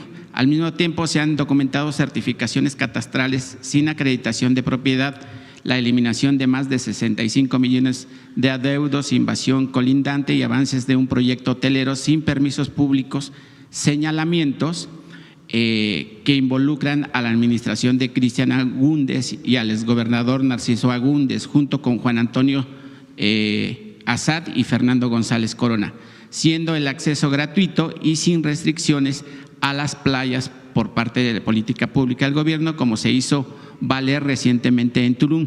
Presidenta, ¿cómo combatir esa necedad de algunos exfuncionarios o funcionarios que siguen negando el acceso al público cuando las playas pues, son de nosotros y debemos tener accesibilidad a las mismas para el goce cuando tengan pues obviamente vacaciones o un momento de esparcimiento? La maestra Ileana Villalobos, que es subsecretaria de Semarnat, está a cargo de este tema, está trabajando muy bien. En caso de Nayarit se abrieron ya varias playas, de Puerto Vallarta también están resolviendo un tema en Baja California Sur también, y le planteamos que estás mencionando, porque ella tiene que ver, bueno, esta área de Semarnat tiene que ver con la garantía de acceso a las playas porque son zonas federales. Y ahorita, bueno, cambiando también de tema, el Estado de México pues dicen que se ha convertido en una entidad con el mayor número de baches. Aquí hace 2 o 3 meses presentó usted un proyecto o un programa del bacheteo, bachetón. Viene ahora también, ya lo vamos a presentar. Exacto. Y bueno, ahí la Junta de Caminos administra un presupuesto superior a los 3,000 millones de pesos, pero ese gasto no se ha traducido en la mejora real para las calles y avenidas de los mexiquenses. Frente a esta evidente falta de resultados, su director, Mario Ariel Juárez Rodríguez, fue exhibido recientemente en un estado de ebriedad, acompañado de un diputado federal, agrediendo a personal de seguridad y dañando instalaciones en un centro comercial de Metepec.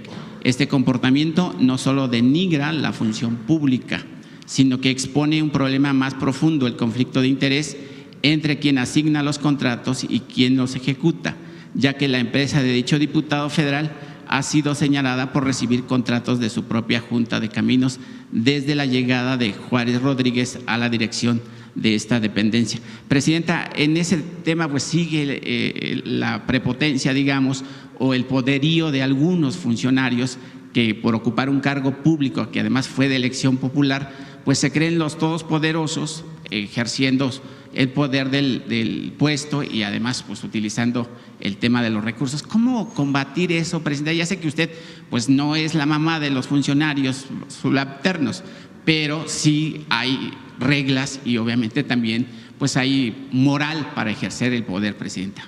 Tiene que revisarlo necesariamente este caso, no sé si se llama Secretaría de la Función Pública o de la Contraloría del Estado de México. Tiene que revisarlo. Lo vi en las redes sociales y tienen que revisarse si es que cometieron alguna falta o hay algún acto de corrupción o por lo menos sancionar. Sí tiene que revisarse. Ahora los baches es otra cosa.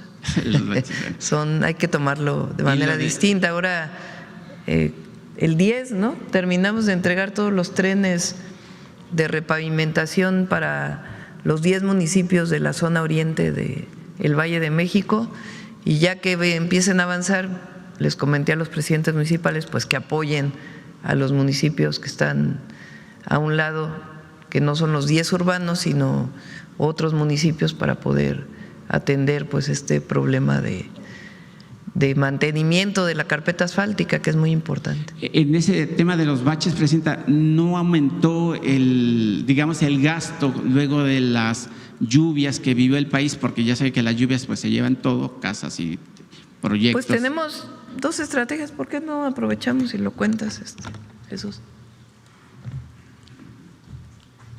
Sí, con su permiso, señora presidenta. Pues tenemos, por un lado, el programa de conservación rutinaria, que es el bachetón. Como decía la presidenta, ya se entregaron 6 trenes de repavimentación para el oriente del Estado de México. El día 10 entregamos los 4 restantes del compromiso de este programa, pero además ya trabajan 10 trenes de SICT, ya en trabajos por administración, ya desde hace 2 meses están trabajando en la red federal. A finales de año estaremos teniendo los 10 trenes adicionales, es decir, ya habrá 20 estados con su propio tren de repavimentación para este programa de conservación, y el próximo año estaremos complementando para que cada estado tenga uno. A medida que vayan terminando tramos, vamos a tomar carreteras completas. Estaremos reforzando algunos otros estados. Hay estados que tienen 3,000 kilómetros de carreteras federales libres de peaje y hay otros que no llegan ni a los 1,000 kilómetros. Estamos enfocados primero en las carreteras federales y estamos apoyando también a carreteras estatales, como es el programa de la Mixteca, donde también recientemente estuvimos. Nada más para dimensionar, en la Mixteca este año estaremos concluyendo cerca de 1,000 kilómetros de atención tanto en reconstrucción como en repavimentación, que es el equivalente a la red vial primaria de la Ciudad de México. De esa dimensión magnitud estamos trabajando. Entonces, el próximo año estaremos presentando, ya lo hemos planteado, lo que va a ser el programa de conservación, tanto rutinaria, que siempre es conservación. Este año atendimos los 43,000 kilómetros a nivel de limpieza de cunetas, bacheo, en fin, lo que es carreteras federales libres de peaje. El próximo año calculamos que vamos a poder llegar a cerca de 10,000 o más kilómetros ya en repavimentación. Y además estamos trabajando en caminos alimentadores, además de los programas de reconstrucción que se harán, pues también se anunciarán. Estamos trabajando en el de Guerrero, pero estaremos atendiendo Veracruz, Hidalgo, en fin, todos los que tuvieron afectaciones importantes por las lluvias. Sí, decía, son 2 estrategias, en realidad son 3, porque Defensa, el general Vallejo, el agrupamiento Felipe Ángeles hizo un excelente trabajo en las carreteras del sureste. Después de la construcción del Tren Maya, pues quedaron con muchos problemas. Ahora que viajamos por estas carreteras están muy bien. Entonces decía, son 3 estrategias. Le vamos a pedir en su momento al agrupamiento que nos ayude a la repavimentación. Porque ellos ya tienen equipo, También ese ICT tiene equipo, entonces ya nada más se compra la mezcla asfáltica, ya todo lo demás se hace por administración.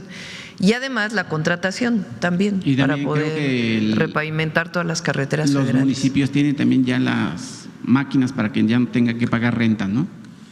10 municipios del Estado de México lo tienen y estamos promoviendo que los municipios compren, aunque sea pequeñas máquinas para el bacheo. Eso pues les va a permitir que haya mayor, o que puedan bachear más con menos recursos, porque ya no tienen que contratar todo, sino nada más la producción de la mezcla. Y Pemex ayuda en una parte ahí donde puede. Presidente, y ya por último, si me lo permite, el tema de la extorsión, sé que ahí la Secretaría de Seguridad pues ha tenido reportes de que ha bajado, la gente ya ha dejado de tener miedo de denunciar las extorsiones, que en múltiples ocasiones aquí el secretario Harfuch pues ha manifestado el número donde se puede hacer. Sin embargo, en ese tema, el director general de Seguridad Privada, Enrique Martínez Garza, adscrito a la Secretaría encabezada por Omar García Harfuch, presuntamente, lo pongo en énfasis, presuntamente extorsiona a empresas de seguridad privada condicionando la liberación de trámites de pagos indebidos. ¿Quién? Enrique Martínez Garza es adscrito a la Secretaría encabezada por el secretario Omar García Harfuch. Presuntamente, y lo vuelvo a ratificar, es presuntamente extorsiona a empresas de seguridad privada, condicionando la libertad de trámites a pagos indebidos y retrasándolos por meses cuando no acceden. Estas demoras afectan ingresos públicos estimados hasta en 1.500 millones de pesos. ¿De dónde viene esa denuncia? Esa, al interior de la propia Secretaría. Bueno, pues que lo revise la secretaria Buenrostro de Anticorrupción y Buen Gobierno, pero habría que ver pues también. Lo que sí están haciendo es que ya no se dan los permisos desde hace tiempo, desde que estaba el presidente López Obrador, pero ahora han sido muy estrictos en no estar dando los permisos a cualquier empresa que se dedique a la seguridad. También puede venir por ahí. Por ahí. Ok, gracias, presidenta. Gracias. Bueno.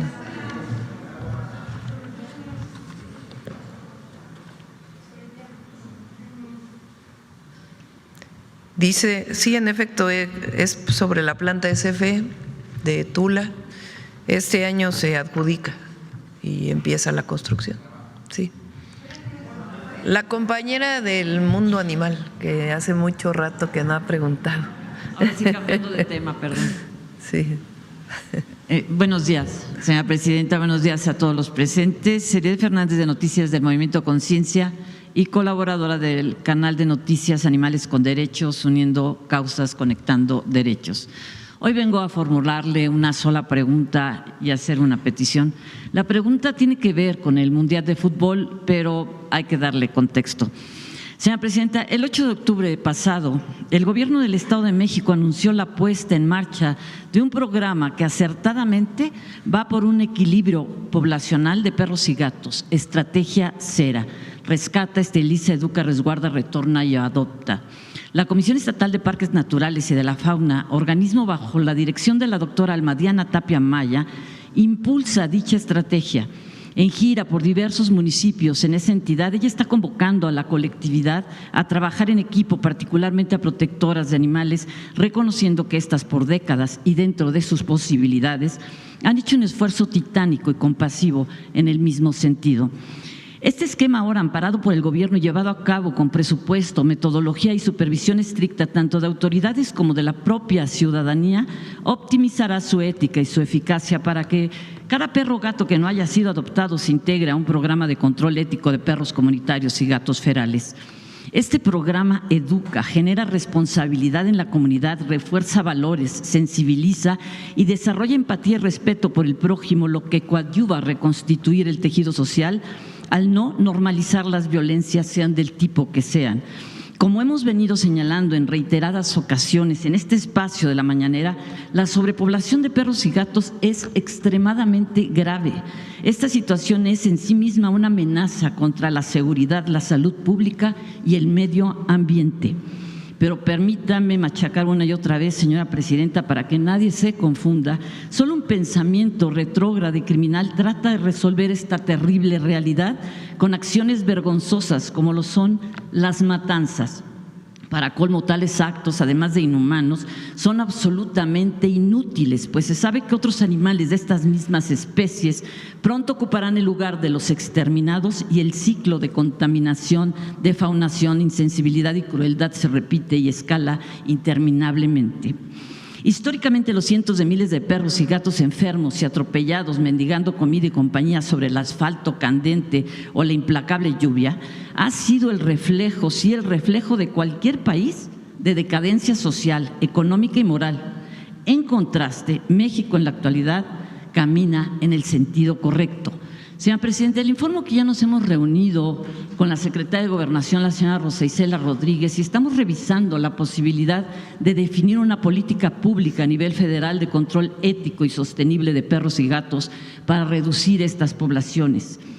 Mientras esto se concreta y ya contagiados por el espíritu futbolístico, en Movimiento Conciencia vemos en la Copa Mundial de Fútbol 2026 una excelente oportunidad para que México exporte al mundo la imagen de un país que trata con ética, ciencia y conciencia esta problemática global, la sobrepoblación de perros y gatos. Con certeza sumaría a su naciente reputación y reconocimiento internacional. Dentro de este escenario, el Gobierno del Estado de México, con una sólida conciencia social en relación con los animales de familia, comenzó un año antes, en octubre de 2024, una campaña bajo el nombre de La mejor jugada es adoptar, un empeño por crear una cultura de la adopción durante los encuentros de fútbol del Club Deportivo Toluca. La pregunta es, ¿no cree usted que se debería empezar a implementar estrategia cera, rescata, esteriliza, educa, resguarda, retorna y o adopta en las ciudades sede del Mundial de Fútbol 2026 y posteriormente en todo el territorio nacional? Para ganar hay que trabajar en equipo. Me parece muy buena idea. Ahora sí que adoptamos la idea. La mejor jugada es adoptar. Sí, claro que sí. Y por último, es muy corto, señora presidenta, hago de su conocimiento que en la administración pasada el Movimiento Conciencia impulsó en el Complejo Cultural Los Pinos un programa ético para el equilibrio poblacional de los gatos que ahí habitan. Fue la protectora de animales UPA la que se encargó de la esterilización de más de 30 individuos. Se les colocaron de igual manera casas especiales para su resguardo. También se inició el trámite para dejar protegidos a los gatos como activos fijos vivos de dicho recinto, independientemente de su valor intrínseco como seres sintientes, tal como lo hizo el expresidente Andrés Manuel López Obrador con los gatos de Palacio Nacional. Pero le informo que no nos dio tiempo de completar la gestión requerida. Nuestra petición es al Jurídico de Cultura para que dé continuidad a dicho trámite, el cual se debe acompañar de una normativa.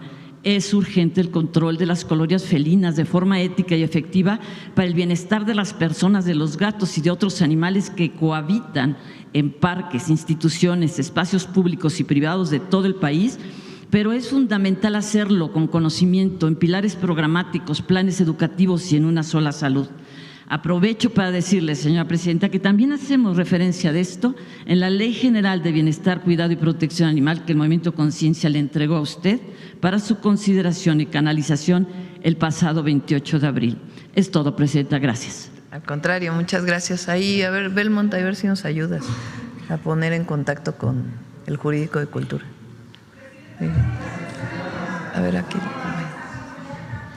No es concentración, hay muchas marchas que van a llegar, lo he visto pues en las redes, jóvenes y otros se están organizando para llegar desde algún punto, pero no, en mi caso vamos nada más aquí al Zócalo. Sí. Esto atiende a pendientes que trae México, son correcciones históricas, como usted ha dicho en alguna oportunidad. Me gustaría nos diga cómo describe usted hoy al país que se está reconstruyendo con estas decisiones en términos de soberanía y de futuro económico. Nuestra visión es muy distinta a la del periodo neoliberal. En el periodo neoliberal, que en México se puede ubicar entre 1982 y el 2018, con 6 presidentes, 6 sexenios, Miguel de la Madrid, Salinas de Gortari, Zedillo, Fox, Calderón y Peña, 36 años, de lo que llamamos el periodo neoliberal. Tenía una visión en donde el Estado tenía cada vez menos participación, no solamente en la economía, sino en cualquier acción. Esta visión de que lo privado siempre está por encima de lo público, en todas las áreas. En educación, en salud, en vivienda, los grandes derechos del pueblo de México o de cualquier pueblo. Debía ser la iniciativa privada quien ocupara esos espacios, con la falsedad de que todo lo que hace el gobierno lo hace mal o de que todo lo que hace el gobierno trae corrupción. También en el sector privado hay corrupción. Ninguno de los dos lados debe haberla. No es que bueno que haya en uno y para que haya en el otro. No, en ninguno de los dos lados. Nosotros estamos contra la corrupción en cualquier lugar. Pero este proceso de privatización que se fue generando fue acompañado de una gran corrupción, porque los procesos de privatización se dieron con mucha corrupción y nada más hay que ver cómo convirtieron una deuda privada en una deuda pública, en ese caso al revés, con el llamado FOBAPROA, o con otros procesos de privatización que se dieron en nuestro país. Y además, con mucha hipocresía entre el discurso y lo que realmente ocurría en nuestro país. Esos 36 años aumentaron la pobreza en México, aumentaron las desigualdades. 36 años en donde por lo menos podemos caracterizar varios procesos de transición de un presidente a otro con fraudes electorales, es decir, antidemocracia, con un periodo caracterizado por enorme violencia provocada desde el Estado, con la guerra contra el narco y con una enorme corrupción, porque quien pusieron al frente de eso pues fue alguien que hoy está preso en Estados Unidos. Una visión en donde se escribió, porque está escrito por teóricos, de que si se apoyaba al de arriba, algún día iba a gotear abajo. Nuestra visión es muy distinta. Si bien nosotros estamos convencidos que debe haber inversión privada y la iniciativa privada tiene un papel fundamental en el desarrollo del país, no se puede abandonar el papel del Estado. Y el papel del Estado tiene que ver en la construcción de los grandes derechos. Es obligación del gobierno brindar educación desde la inicial hasta la universidad. Que haya escuelas particulares está bien, pero la escuela particular no puede sustituir la obligación del Estado. El derecho a la salud, eso lo debe garantizar el Estado. Que haya hospitales privados, clínicas privadas, farmacias privadas, está bien, pero no pueden sustituir lo que corresponde al Estado, que es brindar el acceso a la salud adecuada, el acceso a la vivienda, porque si lo dejas solamente al mercado, pues tienes los problemas que tienen enorme cantidad de países de personas que no tienen casa, porque el Estado no asume una parte de su responsabilidad. Y también una parte fundamental en la economía. Antes se pensaba que el Estado no tenía la necesidad, o el país no tenía la necesidad de tener una aerolínea del Estado mexicano. Nosotros creemos que sí. ¿Debe ser rentable? Por supuesto que sí. Se privatizaron los trenes y al privatizarse los trenes se abandonaron los trenes de pasajeros y se dejaron cantidad de comunidades que vivían del paso del tren al olvido. Nosotros creemos que hay que seguir construyendo trenes en el país y que el Estado debe tener una empresa de trenes. Los privados también pueden tener, pero el Estado debe tener trenes que permitan el desarrollo. Y también la visión de planeación del Estado mexicano, que también se abandonó. Se llegó a decir que México no debería tener política industrial. Entonces, claro que el mercado es una parte fundamental del desarrollo, pero no se puede abandonar el papel del Estado. Esa es una visión que tenemos desde la Cuarta Transformación. ¿En qué está sustentado? En nuestra propia historia y en una visión que permita que todas y todos los mexicanos tengan bienestar. Tengan bienestar, porque ese es el objetivo. En un país democrático, de libertades, con justicia y con bienestar para todas y todos los mexicanos. Esa es la visión que nosotros tenemos y está dando resultados. Es honestidad, una visión que llamamos del humanismo mexicano y resultados.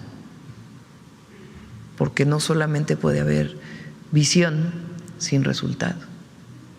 Entonces, es un camino que ha elegido el pueblo de México y que va a seguir avanzando. Presidenta, y hablando justamente de temas económicos, ayer usted se reunió con los empresarios más influyentes del país. ¿Qué le dijeron, o no sé si hablaron, sobre la urgencia de innovar y cómo se enlaza este diálogo que tuvo ayer con los empresarios con el Innova Fest 2025 que inicia hoy en Cuernavaca con más de 400 innovadores, no solo de México, viene gente de toda América Latina? Estamos ante un momento clave para reposicionar a México como potencia tecnológica en América Latina. Usted el otro día presentaba la supercomputadora y de ahí mi pregunta. En otras palabras, ¿el país está listo para una nueva etapa de innovación y competitividad, atendiendo a que tienen este evento hoy, además, el Innova Fest? México tiene una historia de innovación muy importante, desde los pueblos originarios y las grandes civilizaciones que poblaban este territorio. La chinampa sigue siendo hasta la fecha la forma más sustentable de producción de alimento y de conservación de suelos. El cero maya. Los romanos no tenían los números romanos. Muy difícil sumar en números romanos. En cambio, los mayas inventaron el cero, que les permitió hacer un sistema, no era decimal, era de 20 en 20. La visión astronómica que tenían. Está muy interesante el libro del presidente López Obrador, por cierto. Muy interesante, ya lo estoy leyendo. Se lo recomiendo porque realmente es una visión desde, ahora sí que el origen del universo. Pero lo que significaba, o lo que significaron las grandes civilizaciones y la trascendencia hasta el día de hoy. Bueno, esa inventiva, esa iniciativa, esa creatividad que tenemos las y los mexicanos, muchas veces no se traduce en desarrollo tecnológico, porque ha habido quizá poco vínculo entre las universidades, la innovación y el desarrollo tecnológico. México tiene el inventor de la televisión a color, nada más que no se desarrolló aquí, se desarrolló en Estados Unidos. Y muchas, tenemos grandes científicos. El papá de Jesús Esteva, el doctor Esteva, es uno de los grandes estructuristas de México. México es potencia en ingeniería civil. Ahí estudiaron también los ingenieros militares. Ahí estuvo el general Vallejo en el Instituto de Ingeniería de la UNAM. Es una de las áreas de gran desarrollo de nuestro país. Entonces, ahora, entre otras cosas, lo que estamos buscando es que esa inventiva, esa innovación, pues se potencie para el desarrollo. ¿Cómo? Pues con proyectos como el Olinia, el mini vehículo eléctrico mexicano. En la construcción de trenes, en la construcción de puentes, hay mucha innovación en nuestro país. Y ahora pues hay muchos jóvenes que tienen iniciativas y que estamos buscando a través de distintos mecanismos que puedan tener fondos para el desarrollo de sus proyectos. Y de eso se trata, entre otras cosas, el evento que va a ser inaugurado hoy en Cuernavaca. Van a estar ahí el secretario Ebrard, la secretaria Rosaura Ruiz y iba a estar su servidora, pero ya se nos complicó todo con el viaje a Washington, pero va a ser un muy buen evento. Presidenta, ¿qué expectativas tiene de esta reunión que usted planea tener con el presidente de Estados Unidos, Donald Trump? Pues digamos que tenemos el pendiente del tema comercial. Con lo que dijo ayer. Hay que decir que, bueno, él también dice a veces, por eso no hay que tomar todo, porque dijo, termina el tratado, pero en realidad no termina el tratado. Hay una revisión, pero no es cierto que termine el tratado el próximo año. Pero bueno, en su visión lo plantea de esta manera, pero también plantea que puede haber otro tratado. Pero bueno, es parte también de su forma de comunicar. Yo creo que México tiene de los mejores acuerdos comerciales de todos los países en esta incremento de tarifas, de aranceles que hizo Estados Unidos con el mundo entero. Seguimos teniendo una de las mejores posiciones, pero de todas maneras nosotros queremos pues avanzar en el tema de los automóviles, del acero, del aluminio, porque pues ya culminamos con el tema de la revisión de 54 barreras no arancelarias que se le pusieron. Eso ya se terminó y pues tenemos que seguir avanzando. Y pues la idea es platicar un poco de esto con el presidente Trump. Va a ser una reunión muy breve, pero el objetivo pues es ver hacia dónde, cómo seguimos trabajando juntos. ¿Habrá chance, usted cree, de hablar del tema de las incursiones de Estados Unidos en el Caribe y los amagos que ha hecho, por ejemplo, contra países como Venezuela? Se habla mucho de que él conoce nuestra posición, no solamente porque la hacemos pública aquí. Nosotros creemos que deben respetarse las leyes internacionales y la soberanía de los pueblos y su autodeterminación. Lo he tenido oportunidad de, cuando hemos hablado por teléfono, decírselo, que México siempre va a estar por la construcción pacífica, la salida pacífica de cualquier conflicto, de cualquier problema. Entonces, él conoce nuestra posición y si es necesario, pues la volveremos a manifestar, porque es una posición que mantenemos en privado, en público, y además es la obligación constitucional de cualquier presidente o presidenta de México. De hecho, ¿tiene México algún plan diplomático para frenar esta escalada en el Caribe que afecta a varios países? No solo a Venezuela, también está Colombia. Si es necesario, México siempre va a estar dispuesto a ayudar a generar condiciones de paz en el mundo entero y particularmente en nuestro continente. ¿Pedirá usted garantías a Estados Unidos de que ningún operativo contra el narco, como ya lo ha dicho, se realice unilateralmente en territorio mexicano? ¿Cómo se fortalecerá la cooperación de la que siempre usted ha hablado? Cooperación sí, subordinación no. De inteligencia entre México y Estados Unidos, sin permitir que esto se traduzca en operaciones unilaterales del lado estadounidense. ¿Usted se lo volverá a decir a Trump? También conoce nuestra posición el presidente Trump. Nos ha dicho en varias llamadas que si queremos ayuda, ellos pueden ayudar con sus fuerzas. En todos los casos le hemos dicho que no es necesario, que además pues no es la posición de México, que México defiende su soberanía y que cooperamos en la atención a los crímenes internacionales o a la delincuencia organizada. Y para eso tenemos un entendimiento, que en el entendimiento hay 4 principios fundamentales que están escritos, que es la no intervención, que es la cooperación sin subordinación y es la soberanía de nuestros territorios. Así está planteado el acuerdo. Más que acuerdo se llama entendimiento, es un entendimiento de trabajo. La siguiente semana, ¿cuándo es 11? Entre el 11, alrededor del 11, hay una siguiente reunión de seguridad, ahora será en México, de los equipos de seguridad. ¿Y quiénes vienen? Todavía no tenemos los nombres, se está estableciendo la fecha, pero son con los equipos de la Secretaría de Seguridad y Protección Ciudadana, el Ejército, la Secretaría de la Defensa y la Secretaría de Marina tienen muy buena relación con el Comando Norte y con las costas.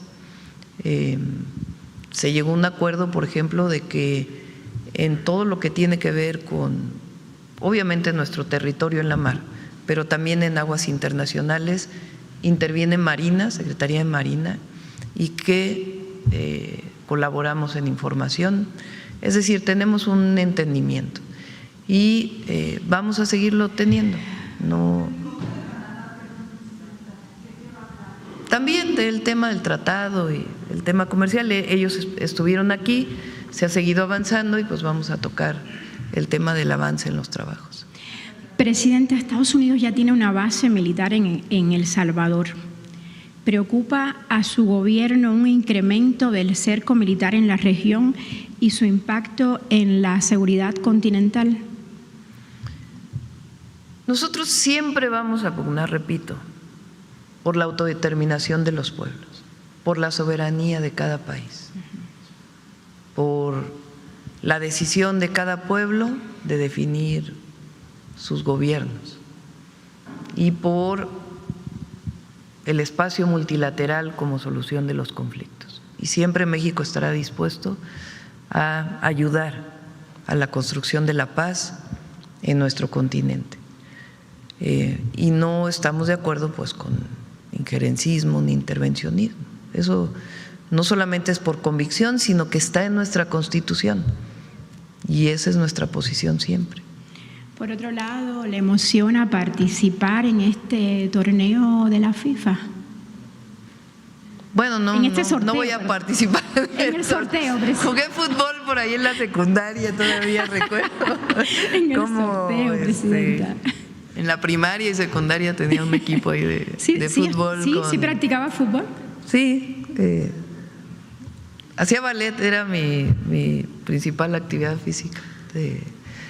Pero siempre me gustó el deporte, entonces ¿le gusta teníamos el fútbol? Sí, me gusta. La verdad hace mucho tiempo que no lo veo. Además los Pumas, les mando un abrazo a los Pumas, hay que echarle ganas.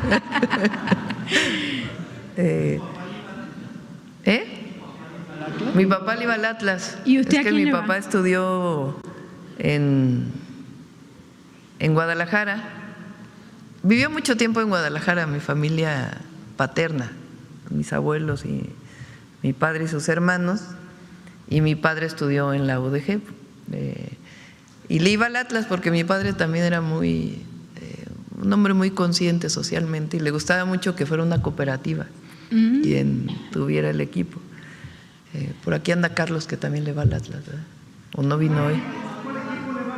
¿A cuál? A los Pumas, pero por eso decía, le echamos muchas porras a nuestro equipo, eso no se va del corazón. Entonces, ¿está emocionada por estar en este sorteo? Yo pienso que más allá del propio sorteo de la FIFA y lo que significa, México es pues un pueblo, en México hay un pueblo que le gusta mucho el fútbol, también el béisbol, porque si no, aquí el expresidente nos diría, pero El deporte favorito de las y los mexicanos pues es el fútbol. Entonces, es un momento muy especial en el Mundial. Somos el único país que ha vivido 3 veces un Mundial de fútbol.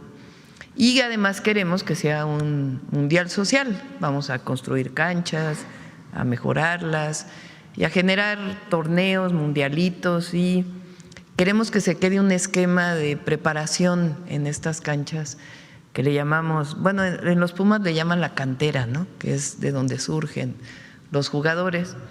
Queremos que haya muchas canteras en el país para que pues, los jóvenes tengan la oportunidad de llegar a un equipo profesional.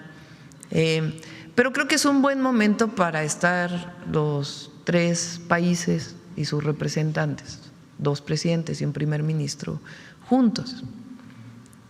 Pienso yo que el tratado comercial Canadá, México, Estados Unidos, México, Estados Unidos, Canadá, o Estados Unidos, Canadá, México, de acuerdo con el país, el TEMEC es muy importante para los 3 países y además es la garantía de la competitividad de esta región del mundo frente al mundo entero. Nuestro objetivo siempre ha sido que se amplíe hacia el sur, que como continente compitamos con Asia, con Europa, y tendríamos una fortaleza enorme. Y ahora la fortaleza de América del Norte económica es muy importante. Entonces el estar los 3 juntos pues es un símbolo, y además un símbolo de amistad, porque nosotros lo que queremos pues es paz y amistad entre nuestros pueblos y naciones. Entonces por eso es digamos lo que me mueve a ir, estar los 3 países juntos en un escenario deportivo, de paz, de unión, y al mismo tiempo pues tener la oportunidad de conocer en persona al presidente Trump y poder pues acordar hacia dónde continúa todo el proceso de acuerdos relacionados con el comercio. Presidenta, ¿algún mensaje para los empresarios que dependen del Tratado de Libre Comercio? ¿Mensaje? Va a salir bien todo, yo soy muy positiva. Todo va a salir bien, va a haber como ahora pues sus momentos en la revisión de una u otra cosa, pero nos necesitamos los 3 países. Estados Unidos depende mucho de México y por cierto también de nuestros mexicanos allá, que también es la oportunidad de hablar de la honestidad y el trabajo de nuestros paisanos en Estados Unidos. Pero la integración económica es enorme de los 3 países y particularmente de México y Estados Unidos. Entonces, separar esa integración le causa muchos problemas a Estados Unidos y también a México. Entonces, mantenernos juntos es muy importante para la región, para nuestros pueblos y nuestras naciones. Ella ya tiene decidida qué ropa va a llevar, porque hace unos días en Los Pinos, pues todavía no. En Los Pinos ayer estábamos escogiendo ahí la ropa. El encuentro cultural Orígenes de Los Pinos fue impresionante. Ah, sí, Origina. Sí, ahí sí. Hay para. Bueno, ya ven que yo uso ropa, pues hasta cierto punto estilizada, pero que siempre tiene un bordado de alguna región de nuestro país, ¿Y eso de los planea pueblos hacer? originarios. Sí, claro. Gracias, Presidenta. Gracias. Bueno, ya vámonos, ¿no? Son 9:30. Vámonos. Son detector de mentiras y mujeres en la historia, todavía nos falta. Adelante.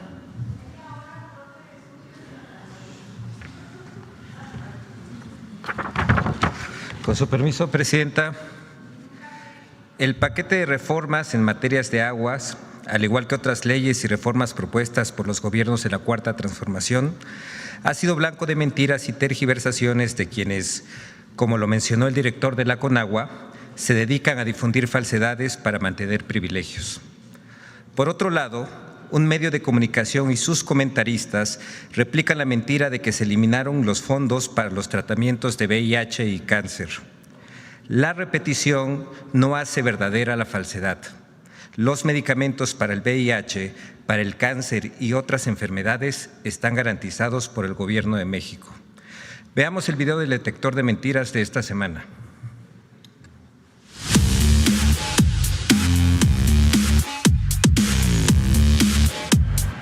falso control autoritario del gobierno de México sobre el agua, el supuesto acoso a periodistas y medios de comunicación con la ley contra la extorsión y la falsa eliminación de recursos para el tratamiento de cáncer y VIH son algunas de las noticias falsas que el detector de mentiras localizó esta semana. 1. Se canceló la celebración de los 7 años de la Cuarta Transformación en el Zócalo de la Ciudad de México.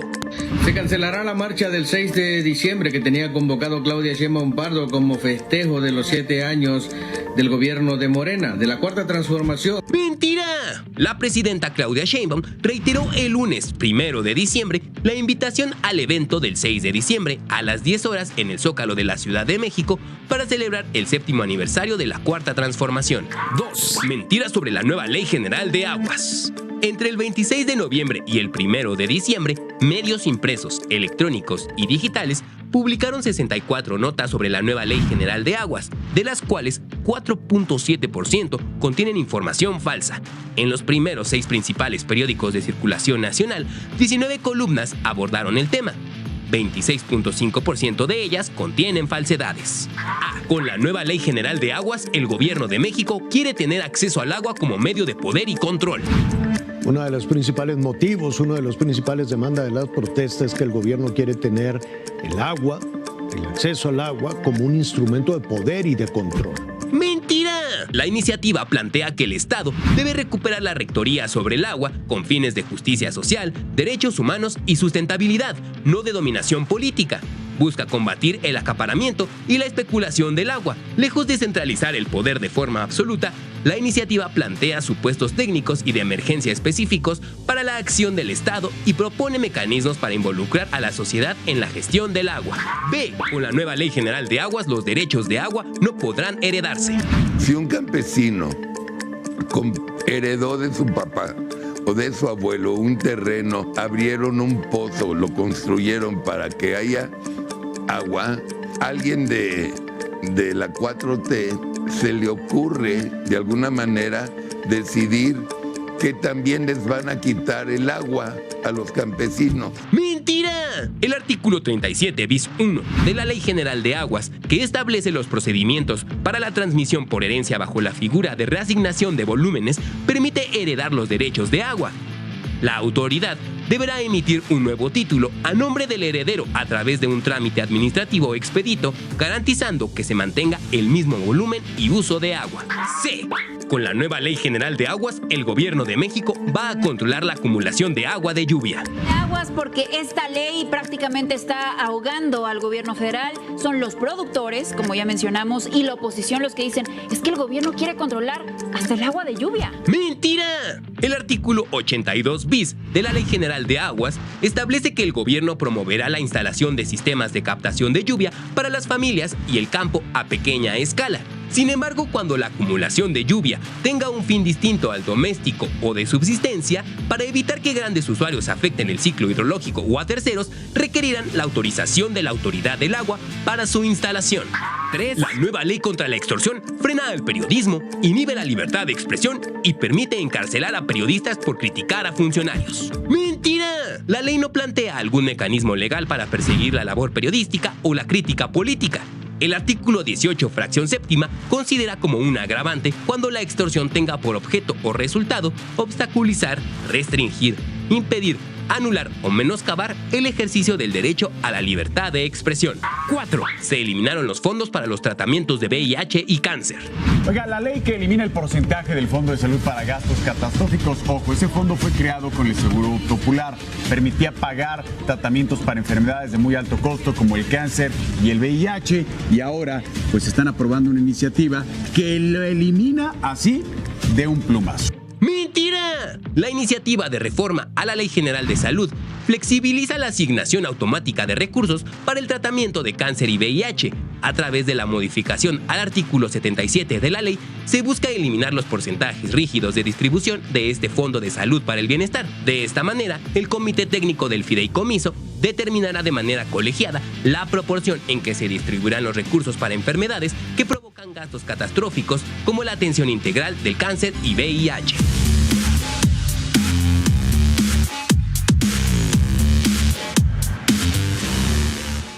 Gracias, presidenta. Con su permiso, Presidenta. Muy buenos días a todas y a todos. Hace un par de días, México, la selección mexicana de fútbol femenil, tuvo una contundente victoria, 14-0 en la fase de eliminatorias para el Mundial Femenil de 2027. Sin duda, una victoria histórica que también tiene sus propios antecedentes. Conozcamos sobre la participación de las mujeres en el fútbol. El fútbol lo han practicado hombres y mujeres desde la segunda mitad del siglo XIX, cuando el juego empezó a popularizarse en el Reino Unido y en otras partes del mundo. En México, el primer torneo se llevó a cabo en 1902 y 40 años después se instauró la primera liga de fútbol profesional varonil. En contraste, el fútbol femenil quedó durante mucho tiempo como una práctica amateur. Se empezó a imponer la idea de que este deporte no era apropiado para mujeres desde un punto de vista moral y de salud, bajo afirmaciones médicas falsas. Incluso algunas federaciones nacionales de fútbol prohibieron la práctica femenil. Sin embargo, en las calles y escuelas, las mujeres continuaron practicando el deporte. En la década de los 60, empezaron a proliferar equipos y ligas femeniles en la Ciudad de México y en diferentes estados de la República. El Club México, el Nacional, Gacelas, Cachorras, Margaritas y Tapatías dieron espacio a niñas y adolescentes para jugar de una manera más organizada. En 1969 se instauró la Liga América y en 1970 se constituyó la Asociación Mexicana de Fútbol Femenil.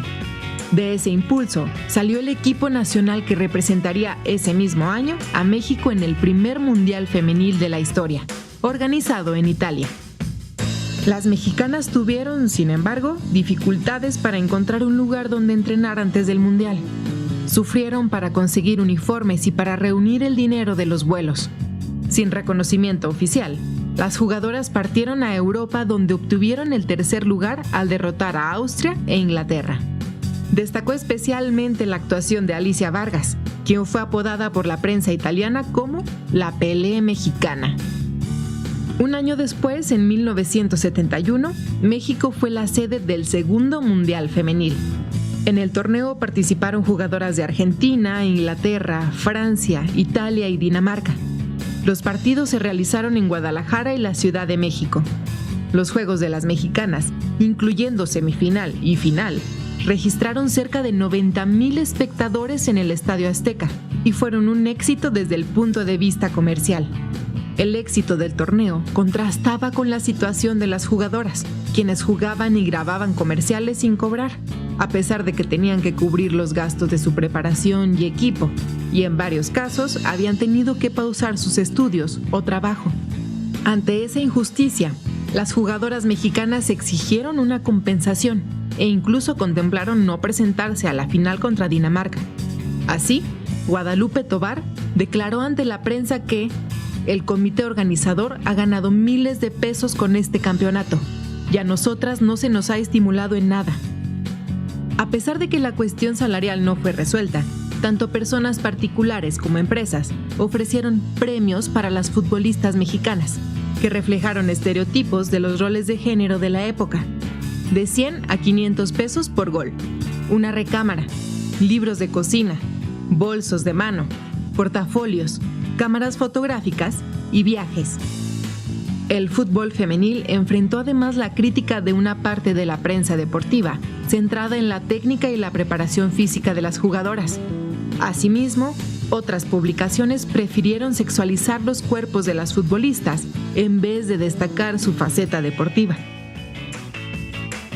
A pesar de los prejuicios y la hostilidad, que aún perduran, las jugadoras pioneras de los mundiales de 1970 y 1971, Irma Yolanda Carmina Gutiérrez, Elvira Aracén Sánchez, Juana Irma Chávez Barrera, Guadalupe Tovar Ugalde, Elsa Huerta Méndez, Alicia Vargas Ángel, Silvia Zaragoza y Marta Coronado, entre otras, abrieron el camino para el reconocimiento social del fútbol femenil en México.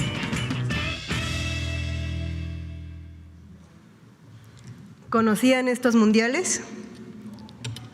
papel tan destacado de la selección mexicana de fútbol femenil, como este reciente 14-0, que tuvo 7 goles de Charlín Corral, que como ustedes saben, el año pasado, 2024, le recibió el Premio Nacional a la trayectoria a deporte profesional. Charlín Corral, esta también gran delantera, con 7 goles en el partido pasado, también es como nuestra Pelé mexicana, un equivalente a Alicia Vargas, a quien le mandamos un fuerte saludo. Esto es lo importante, como mencionaba la presidenta, de fomentar un mundial social. El mundial del siguiente año 2026 también va a permitir un cambio cultural, posicionar el deporte en lo social, pero sobre todo hablar de ello y practicarlo. Que nuestras niñas sepan que van a jugar fútbol, pueden jugar fútbol y van a tener dónde jugar fútbol, porque el fútbol también es para niñas y también es de mujeres. Muchas gracias. En un minutito vamos a subir un video de invitación al sábado 6 para que todos los que nos siguen viendo en este momento y ustedes puedan verlo. No, es abierta la invitación, pero además él dijo bajo qué 3 preceptos iba a salir a la calle.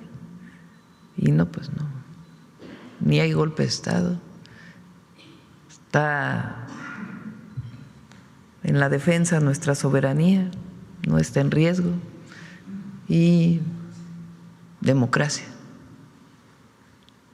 Que viva la democracia. Nos vemos el sábado 6 y en un ratito ahí van a ver en las redes un videíto. Gracias, buen día. Y un saludo desde aquí al presidente López Obrador, si es que nos ve o que sabe. Muy buen libro. Adiós.